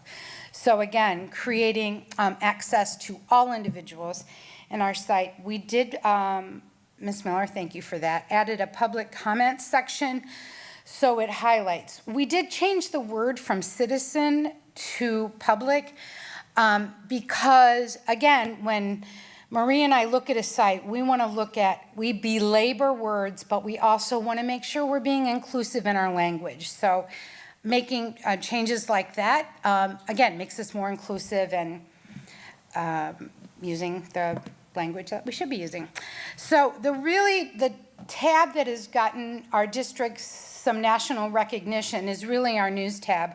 On most schools' news sites, you get your news releases, and that's it. And we decided to make it a hub for people coming in, looking. We connect everything to social media.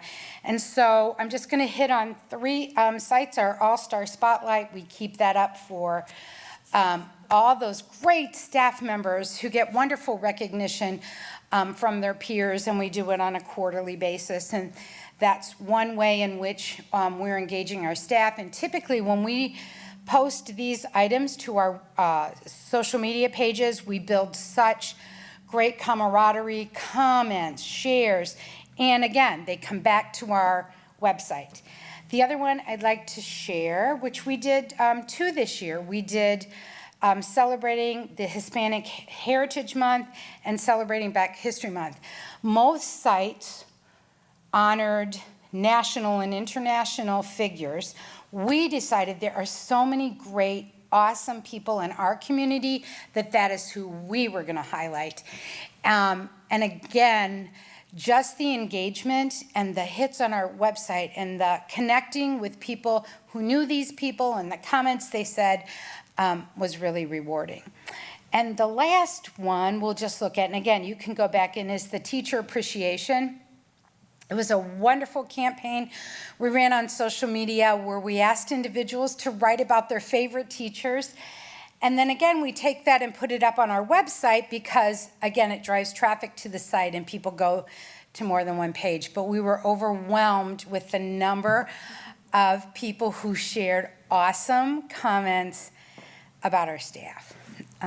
So we continue to work on our news tab. And if you have any ideas and things you'd like to engage, let me know. The last one, we're going to look at resources. We did collaboration with Pupil Services in which we combined a resource guide that was in Spanish and English, not 2 separate ones, one individual, one guide, and that's available right here under our resources. You can look at all the different resources we have available to our families. And again, it shows our partnership with community members where we do reach out and say, how can you be a part of our website and be a resource? Our SDB Family Center is a great resource again to families. I want to highlight one. Ms. Mortek sent me these individual family guides, and they're in Spanish and English, and they're up on the website. Let's look at kindergarten. What I love about this is it gives family a feel for where a student should be in kindergarten. It gives you great questions to ask teachers. It gives you resources.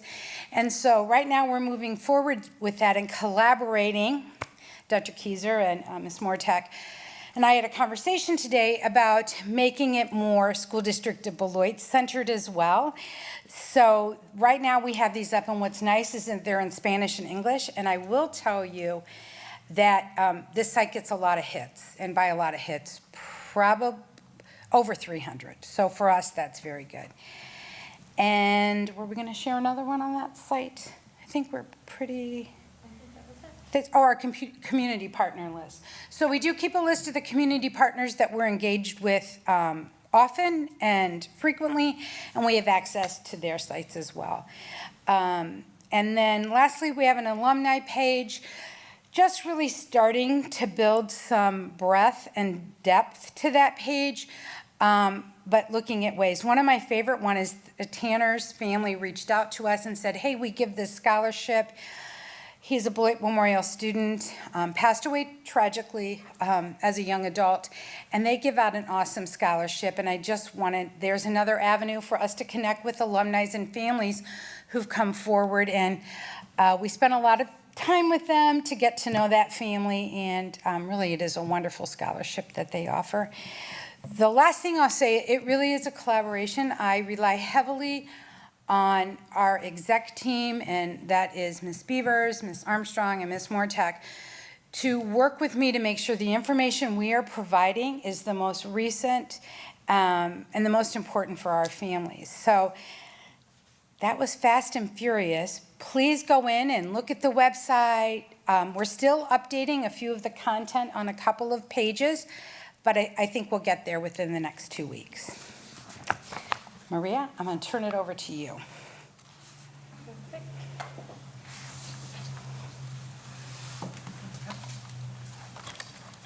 Good evening, everyone. So thanks for allowing our department to be today to present about the website and the app. As Monica stated, and as we've talked about during this presentation, over 90% of our families do access and get their information from their mobile devices. So that is why our SDB app is so important and crucial. So this app delivers relevant information right to the hands of our families, students, staff, and some community members as well who have downloaded it. Most importantly, this app also provides push notifications, which is really great. So families don't have to constantly go in. When we send a push notification, it will send it right to their phone, notify them, like Dr. Keyser sent a new letter, check it out. What's really great about these push notifications as well is that they can receive them not only the verbiage, not only the attachments, but they can listen to some of those notifications as well. So if somebody doesn't want to read the whole letter, they can listen to just a quick overview of what that letter consists of, and then go in depth in the letter and receive that additional information. So some key information about our app: it has been downloaded over 11,000 times. So that is pretty good. It's almost 2 times our enrollment. So we can easily say that not only are our parents downloading it, we have students and staff and community members downloading it. So now I'll direct you to our screen. This is a screenshot of what our app looks like on an iPad. So if you guys have this app and you're looking at it on your phone, it may look a little differently, but all the content is the same. So first off, on our app, I want to point out our top stories. So that is on the left-hand side. You can see that these top stories populate from our website. So again, we have that intertwined, our website connecting with our app, our social media connecting with our app. You can see that social media stories get fed into the app as well. This is really great because even if our families aren't following us on Facebook or aren't accessing our website, they're still getting all the great news. So they're still getting our SDB blogs, they're getting all the stories of our students, our staff, and our family features as well are super great. So now I'm going to talk a little bit about the icons we have on our app. As you can see, we have key icons that our families need and want access to. We have Skyward. This one is one of our top ones that family access, because instead of going to our website or going directly and finding that Skyward link, they can go right to our app and just click on there and it will take them directly to Skyward to log in. We have, again, that notification section. Our SDB feed is a little more in-depth. It not only provides the top stories, but it also provides any upcoming events as well. It provides as well as some notifications. So again, if they missed a family letter that came through, they can go in through those notifications and see that. We have our school year calendars, our school supply list. Those are essential right now during the start of the school year. You can see that, again, we have those letters from the superintendent on there. We have our district calendar of events. So that is specifically the calendar of events that inputs from our website. So that is our school events, our board meetings, again, right there. We have a really nice school and principals listing that provides the contact information for our secretaries, for our principals. So if our families need to access that, they have it, again, quick and easy through our app. Again, we have our mental health resource guide for our families to be able to access those resources, our anonymous bullying report, Speak Out Wisconsin. So these are broader resources that we can provide to families. We also have them be able to access our SDB blog, our staff directories, family handbooks, and then obviously our Board of Education so that they can quickly access those as well as board docs. So these are great apps and great icons that we have. I do want to point out that these change again periodically, just like our website, just like those global icons. We're constantly changing to be able to provide the most accurate and up-to-date information and the most relevant information for our families. We know right now the school supply lists are super important, but in the middle of November, those won't be as important. So we'll have other icons on there for them. I do also want to point out that with our app, our families can follow different schools. So let's say a family has a student at Converse and a student at McNeil. They're able to follow those, and they're prompted to follow those schools right when they first download the app. Let's say later on one of those students moves on to the high school, they can go into their settings and follow the high school. So they're receiving those push notifications not just at the district level, but at the school level as well. And these push notifications are actually activated through our Blackboard notification system. So our school administrators have access to that, and that's the way that they can send these push notifications through our app. So again, this is a really brief overview of our app. Please know that, again, we're really working hard to engage our families and be able to stay in constant contact with them through our website, our app, and our social media. And if anybody in the room or anybody listening at home doesn't already have our app downloaded, I would encourage them to do so to stay up to date on everything that's going on in our district. I think Ms. Christopa is going to join me now, and we'll take any questions. Well, thank you both so much for the fabulous presentation. Do any board members have any questions or comments?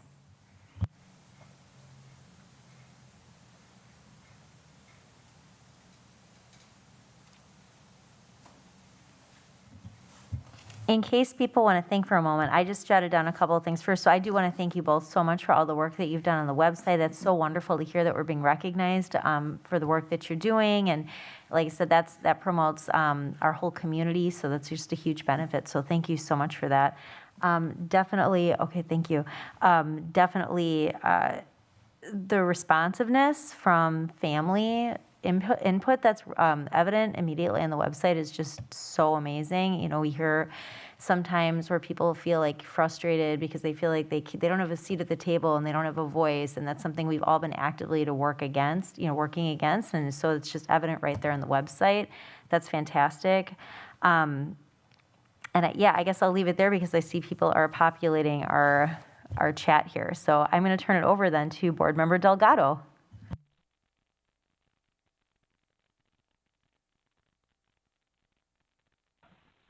I just want to say, wow. It is so amazing. It's really cool. I've been following along on my own computer and just clicking, and it's really cool. You guys have done an amazing job. Very easy to work around, and I really like the mobile app. Since it came out, I really like that. That's probably the thing that I utilize the most. And I love it how everything most of it is in Spanish, just translated. So kudos to you guys. You guys did an amazing job. Thank you. Thank you. Thank you very much, Board Member Delgado. Vice President Levy? I also want to say thank you for your work. The tech part of it is the tech part of it. But what I'm enthused about is the way that you've allowed the voice of our parents to be amplified and for you to be able to tell our story of who we are. One of the things that I've been concerned about as a board member is how people will look at our demographics and try to define us as if who we are is deficient. But what I like about our website and what you all have done is to use this tool of communication to begin to tell a story of who we are on our own terms and to celebrate our families, our students, our success, and the things that we aspire to be. So thank you very much for your work on this tool. Thank you very much. Thank you. Thank you, Vice President Levy. Were there any other thoughts or questions? Thank you. I would just like to conclude that the input from the board over the last year on what's important as well really helped to guide us in our decision making for this. So more good things to come. I'd like to see us have chat opportunities where someone could click on a button and you have a chat one-on-one. I'd like to see us There's a lot of capabilities in the future, and we'll leave it there. But again, always open to any suggestions. So thank you all for your time tonight. I do appreciate it. Well, we appreciate you too, and I did have one other thing I'd like to laud you for is just the inclusivity. You spent a lot of time in the beginning. You made a whole bunch of notes about your ADA, the equity audit that you did, and I just think that's such a great example for like how we want our district to be, and I personally just really appreciate you doing that. So thank you, and thanks again for taking the time this evening to both of you. Thanks. Thank you.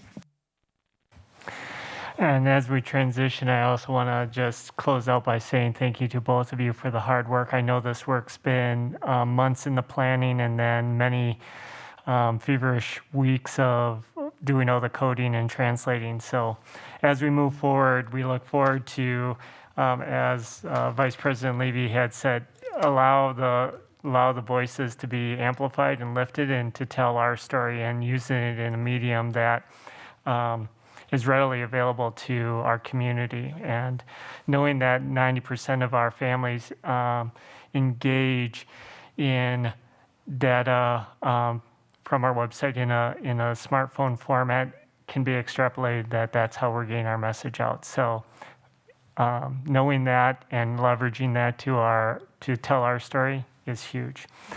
So as we shift, I'm going to take just a few minutes to provide a foreshadowing message to the board. This is a precursor to a conversation that will be coming up next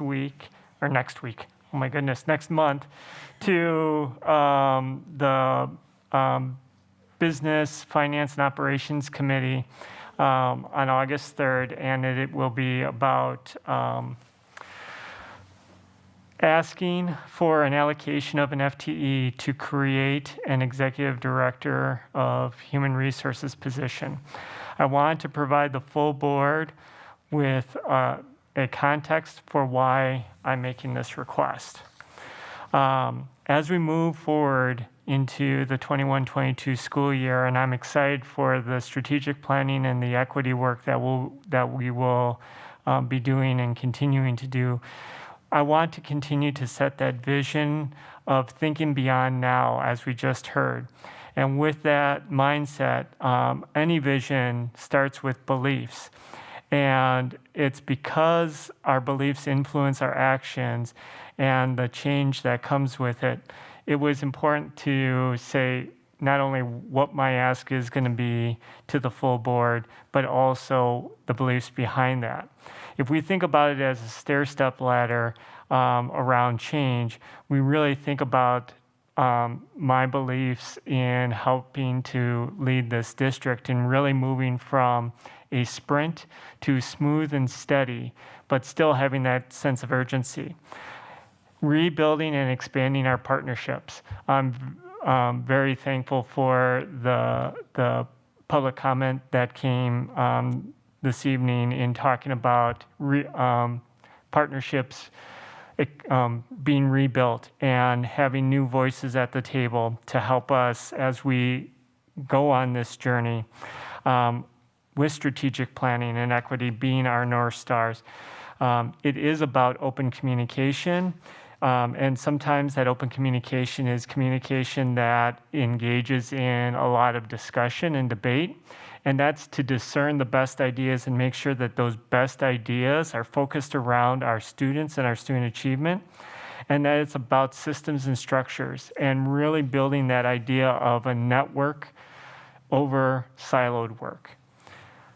But it's also about leading a complex organization. And when we are leading an organization like a school district, we have to be nimble so that we can adjust to the context as those context changes. That means as a leader, I have to be able to communicate those changes when those changes are happening. And I use this visual simply because I love what it says. There really, when you think about change, there are 4 things that are going to come about change. Either we were doing something before and we're still going to do it. We couldn't do something before, we still can't do it. That's kind of the status quo, right? But it's really those last two things when we talk about change. What are the things that we could do before, but we need to sunset, and we're not going to be doing them after we move through this process? And most importantly, the things that we weren't able to do and now we are able to do. And I think you heard a little bit about that when we talked about the website and the new changes and the future potential of where we are going. So in August, I plan to introduce my rationale at the committee why I want to move HR back into its own department. This will require an allocation of an additional FTE, which that work will start in the committee, and then if approved to the full board, the conversation will move to the full board to create that executive director position. Now, this is a conversation that I've already had with our current director of HR, the executive director of business, finance, operations, and HR, as well as teaching, learning, and equity, because there are intersectionalities across this. This is not siloed work. This is actually networked work, even though I'm displaying my org chart in terms of the old paradigm, mainly because it's what's familiar to us. At the same time, I want to share that this future vision is not just about the ask, but really showing about where we could go. And that all the cells that are in gray, even though it's really about one ask at this point, has the potential to have some other areas. And I want to be upfront and transparent about that. And be also upfront and transparent that these other positions are to be determined, because these positions will be influenced by and informed by our work with equity, strategic planning, and our continuous improvement process. It's, as I close out and open up for any initial reactions and wonderings, I just want to make note that across the top, we talk about executive directors and Ms. Christopa talking about the chief of communications and marketing. I am working with council to seek an alignment around the position titles. And so I'm not at this point ready to talk more about, but we'll talk more about that once I get information about that. But I just want to be transparent and upfront in regards to that. So with that, I open it up for initial reactions, wonderings, as I plan my next steps for August. Thank you so much, Dr. Kieser. Board members, if you'd please use the chat. Thank you so much. Board Member Levy? Dr. Kieser, thank you so much for your willingness to reimagine certain aspects of our org chart. I'm appreciative of that, and I'm wondering, in the creation of the documents that you're providing this evening, have you and your administrative staff had conversations about having an executive director of equity, especially as we move forward, and a subsequent staff? As we move forward with our strategic planning, I know that we have a statement on our website, or at least we had one at one point, about our commitment to being an anti-racist institution. I think it's critically important that we support that through the role of FTEs, plural. And just speaking for myself, I would love for us to bring back dedicated staff that is focused on equity throughout our organization. Thank you, Board Member Levy. I have had conversations with the executive directors in terms of equity, and really that we had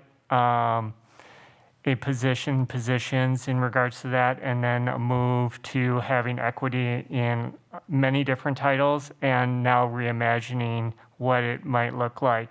While we've had that discussion, we're also heavily being influenced by our initial conversations with our district equity audit we just completed, and our future work with Cambio, as well as the strategic planning process, and making sure that when we make those asks, we're being intentional and leveraging the most that we can get out of any ask that we have, because we do know that FTE is vitally important to our organization, and it has the potential to be hugely impactful if we do it right.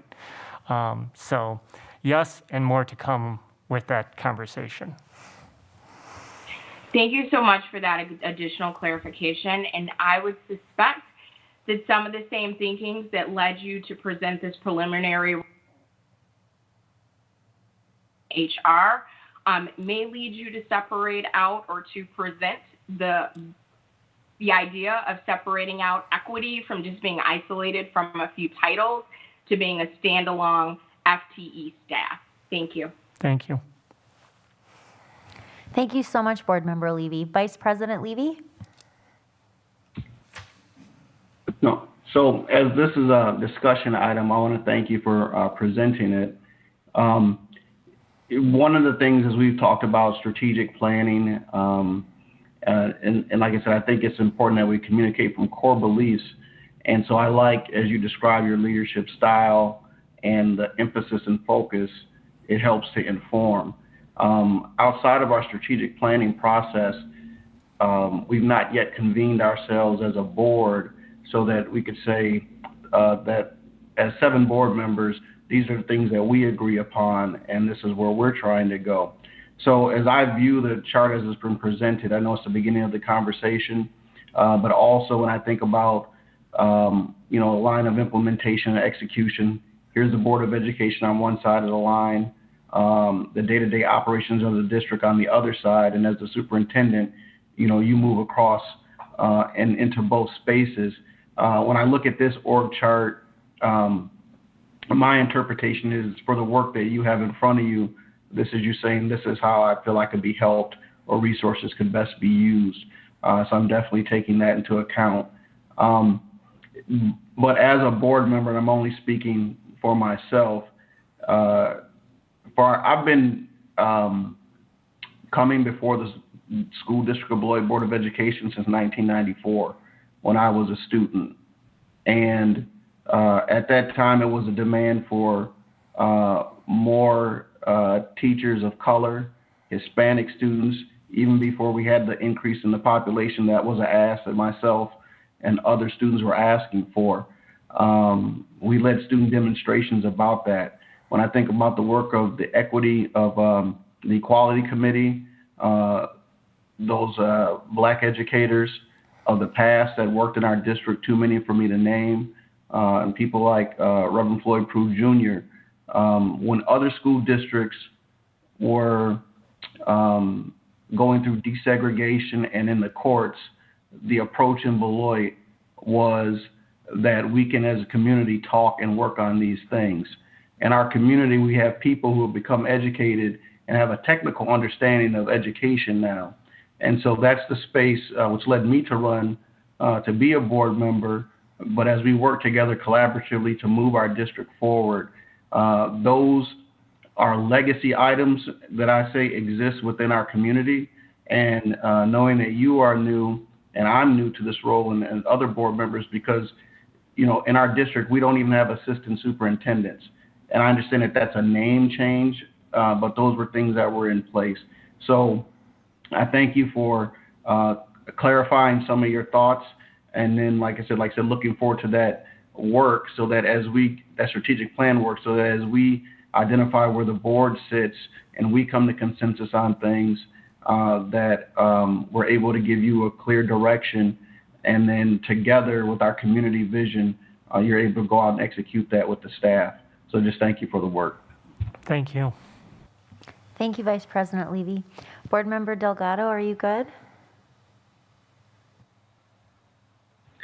I just want to echo what Board Member Levy stated about, having an executive director for equity and diversity. I think it's so important to make sure that we also have, leadership represent the diversity that we have. If we don't have any minorities on an executive leadership role, I think it kind of fronts down the goal of, what the district is really trying to attain.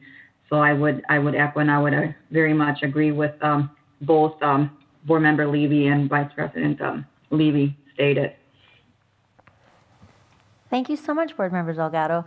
I won't beat a dead horse because I also had some comments, but I just want to thank you very much for bringing this forward. I do have a question about pupil services. Like, is there room to expand that out? I know that our pupil services director does a great job. There's a huge increased need, of course, for mental health support for students coming into the 2020, this unprecedented school year. And I'm just kind of curious, have you given any consideration to expanding that out for kids or additional resources, just like to direct services into buildings?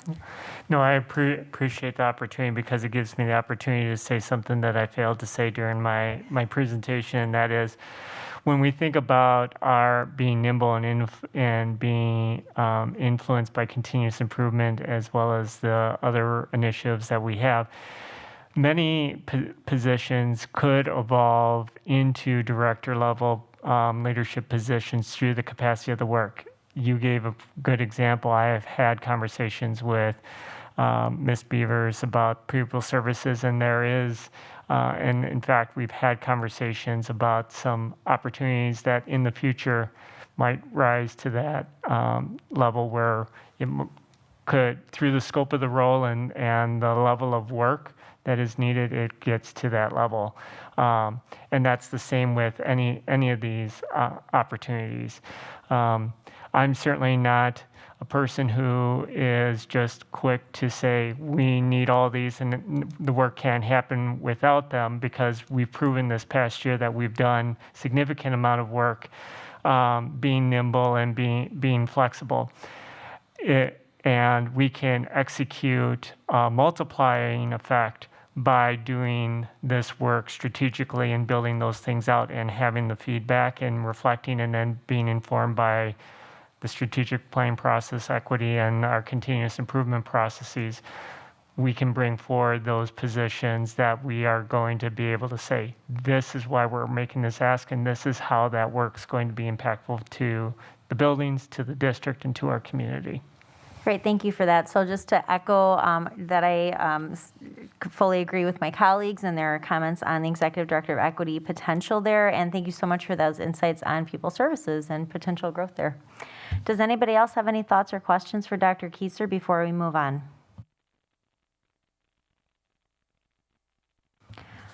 Okay, seeing none, that brings us to our committee and other board reports. Unfortunately, Board Member Wong is not here this evening to give a report on Business, HR, and Operations Committee. Is there anybody in attendance tonight who is able to give that report?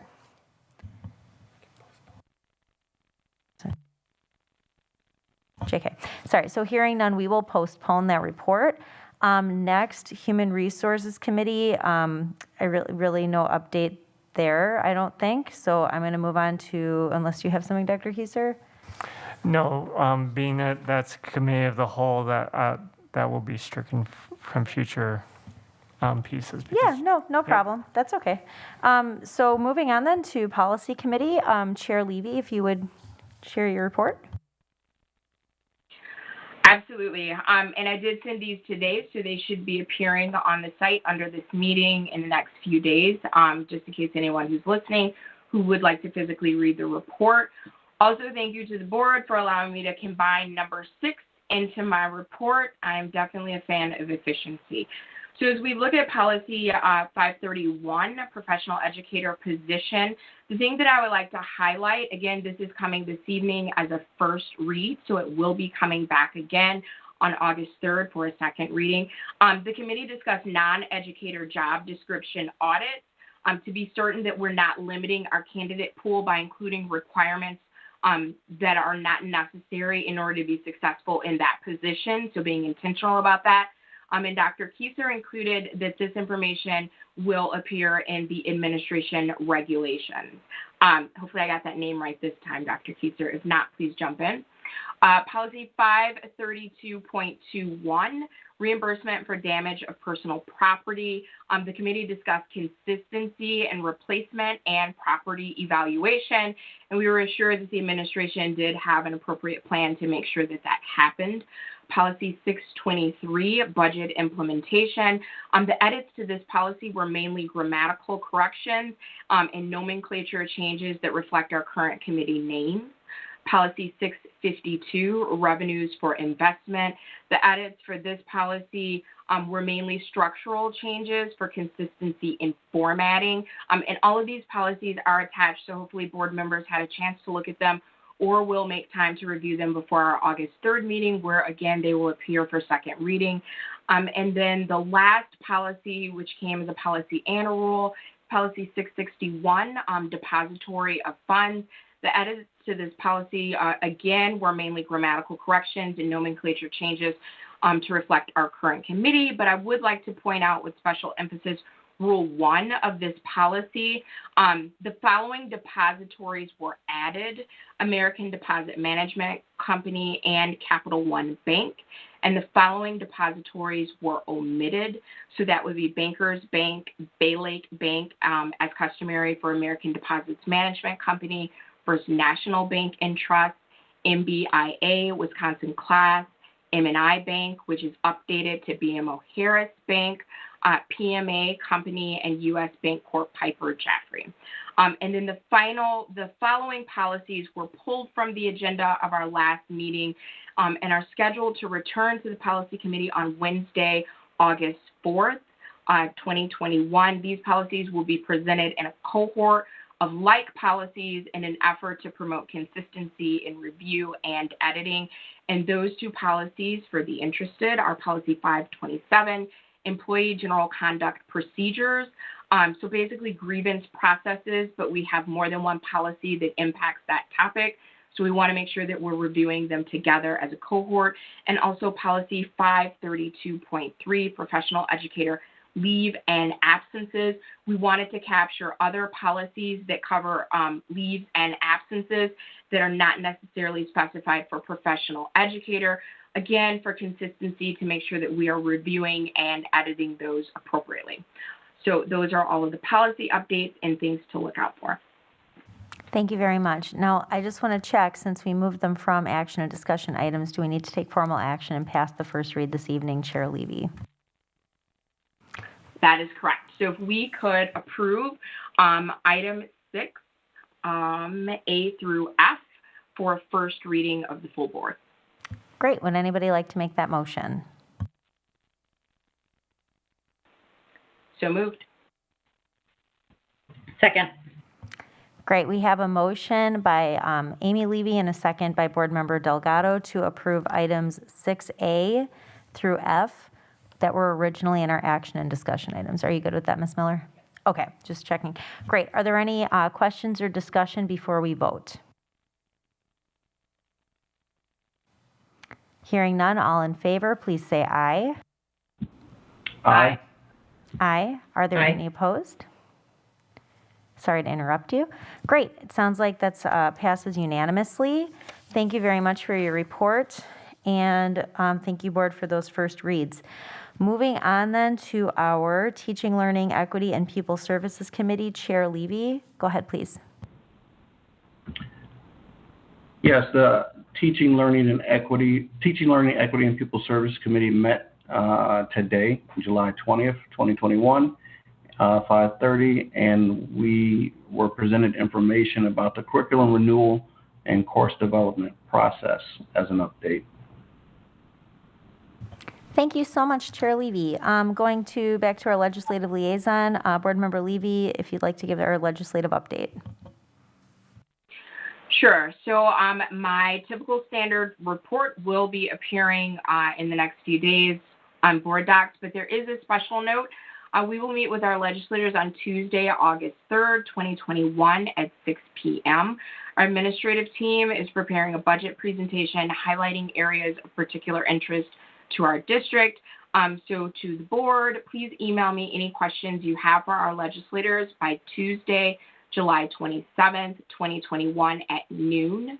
I will collect the questions and provide them to our guests. You will absolutely still have the opportunity to ask additional questions at the meeting, but I'm sending questions ahead of time in an effort to give our legislators an idea of what we believe are important topics and items that they should provide special emphasis for in their remarks. So thank you in advance for your participation in meeting that deadline of Tuesday, July 27th at noon. The only other thing that I'll highlight from my legislative report is that currently there are no meetings scheduled for the Assembly Committee on Education. There is, however, a Senate Committee on Education meeting if anyone is interested and available to attend. It's going to happen on Tuesday, August 3rd, 2021 at 10:30 a.m. and the location for that meeting will be 411 South. So again, that's Tuesday, August 3rd at 10:30 a.m. and the location for the Senate Committee on Education is 411 South. Thank you very much. That concludes the committee and other board reports section and takes us into section 5, consent agenda. At this time, are there board members that would like to remove anything from the consent agenda? The minutes, please. Okay, so we're going to remove the minutes from the consent agenda, which is item 5E. Anything else that needs to be removed from the consent agenda? Hearing none, is there anybody who would like to make a motion to approve the consent agenda? Minus the minutes, so moved. Sorry about that. Yep, sure. Is there a second? Second. Okay, we have a motion and a second to approve the consent agenda items 5A, 5B, 5C, 5D, and 5F. Any discussion or questions? Hearing none, all in favor, please say aye. Aye. Aye. Any opposed? All right, consent agenda is approved. Board Member Levy, did you have comments on the minutes? I do. If we go to item 4, that third paragraph down, the last sentence says that A. Levy stated that using the training time to discuss the resolution that had been approved. That's actually not what happened. If we could change resolution that has been approved to time to discuss the decision to reject the resolution. Thank you very much for that clarification. No problem. And just a couple other things. Under number 5, it should say Dr. Keyser presented. And then let me know if I need to slow down. So far, so good. Keep it going. All right. And then the final thing is number 6 under consent agenda. Under action, it says move to postpone approval of the meeting minutes. As there are no minutes to approve, it should say there are no minutes attached to approve. And then if we could just make a note that we still need to approve those minutes from the June 22nd meeting. Perfect. Thank you. Are we good?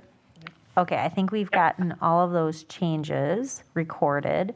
Would anybody like to move to approve the amended meeting minutes? So moved. Is there a second? Second. Great. We have a motion by Amy Levy, second by Board Member Delgado to approve the amended meeting minutes. Any discussion? Hearing none, all in favor, please say aye. Aye. Aye. Are there any? Aye. Are there any opposed? Great. Motion passes. So that concludes our consent agenda, and I believe, if I'm not mistaken, our action and discussion items have already been addressed. Is that correct? Correct. Great. That brings us to section 7, meeting closing. I'd like to note we are still within our 2-hour allotment, so thank you very much, board members, presenters, and administrators, for a very efficient and enjoyable meeting this evening. So I guess that's just my opinion only. So item 7A, future board meeting dates.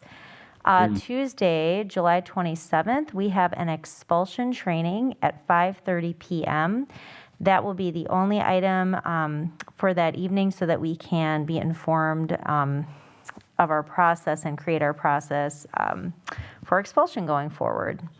Tuesday, August 3rd, let me just note that is open to the public. So, that is like an open meeting. Tuesday, August 3rd, 2021, all open meetings here, Business Operations and Finance Committee meets at 5:15 p.m. We have a special board meeting with our legislators at 6 p.m. Human Resources, the Committee of the Whole meets at 6:45 p.m. or when the special board meeting with legislators concludes. And then our regular board meeting, we will try as best we can to start at 7 p.m. Tuesday, August 3rd. Is there any other business that needs to be addressed before we adjourn? No, just the Wednesday, August 4th policy meeting. There is a Wednesday, August 4th policy meeting, and what is the time for that? 5:30. Okay, so 5:30, Wednesday, August 3rd, Policy Committee will meet as well. August 4th. To be clear, Wednesday, August 4th, Policy Committee meeting at 5:30. Thank you very much for that. Any other business that we need to entertain before we adjourn? Hearing none, can I have a motion to adjourn, please? So moved.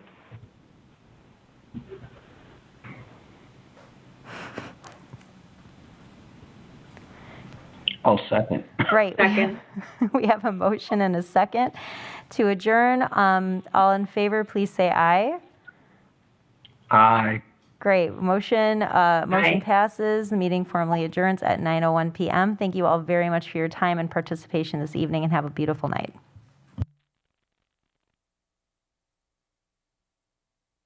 You have been removed from the call. Goodbye.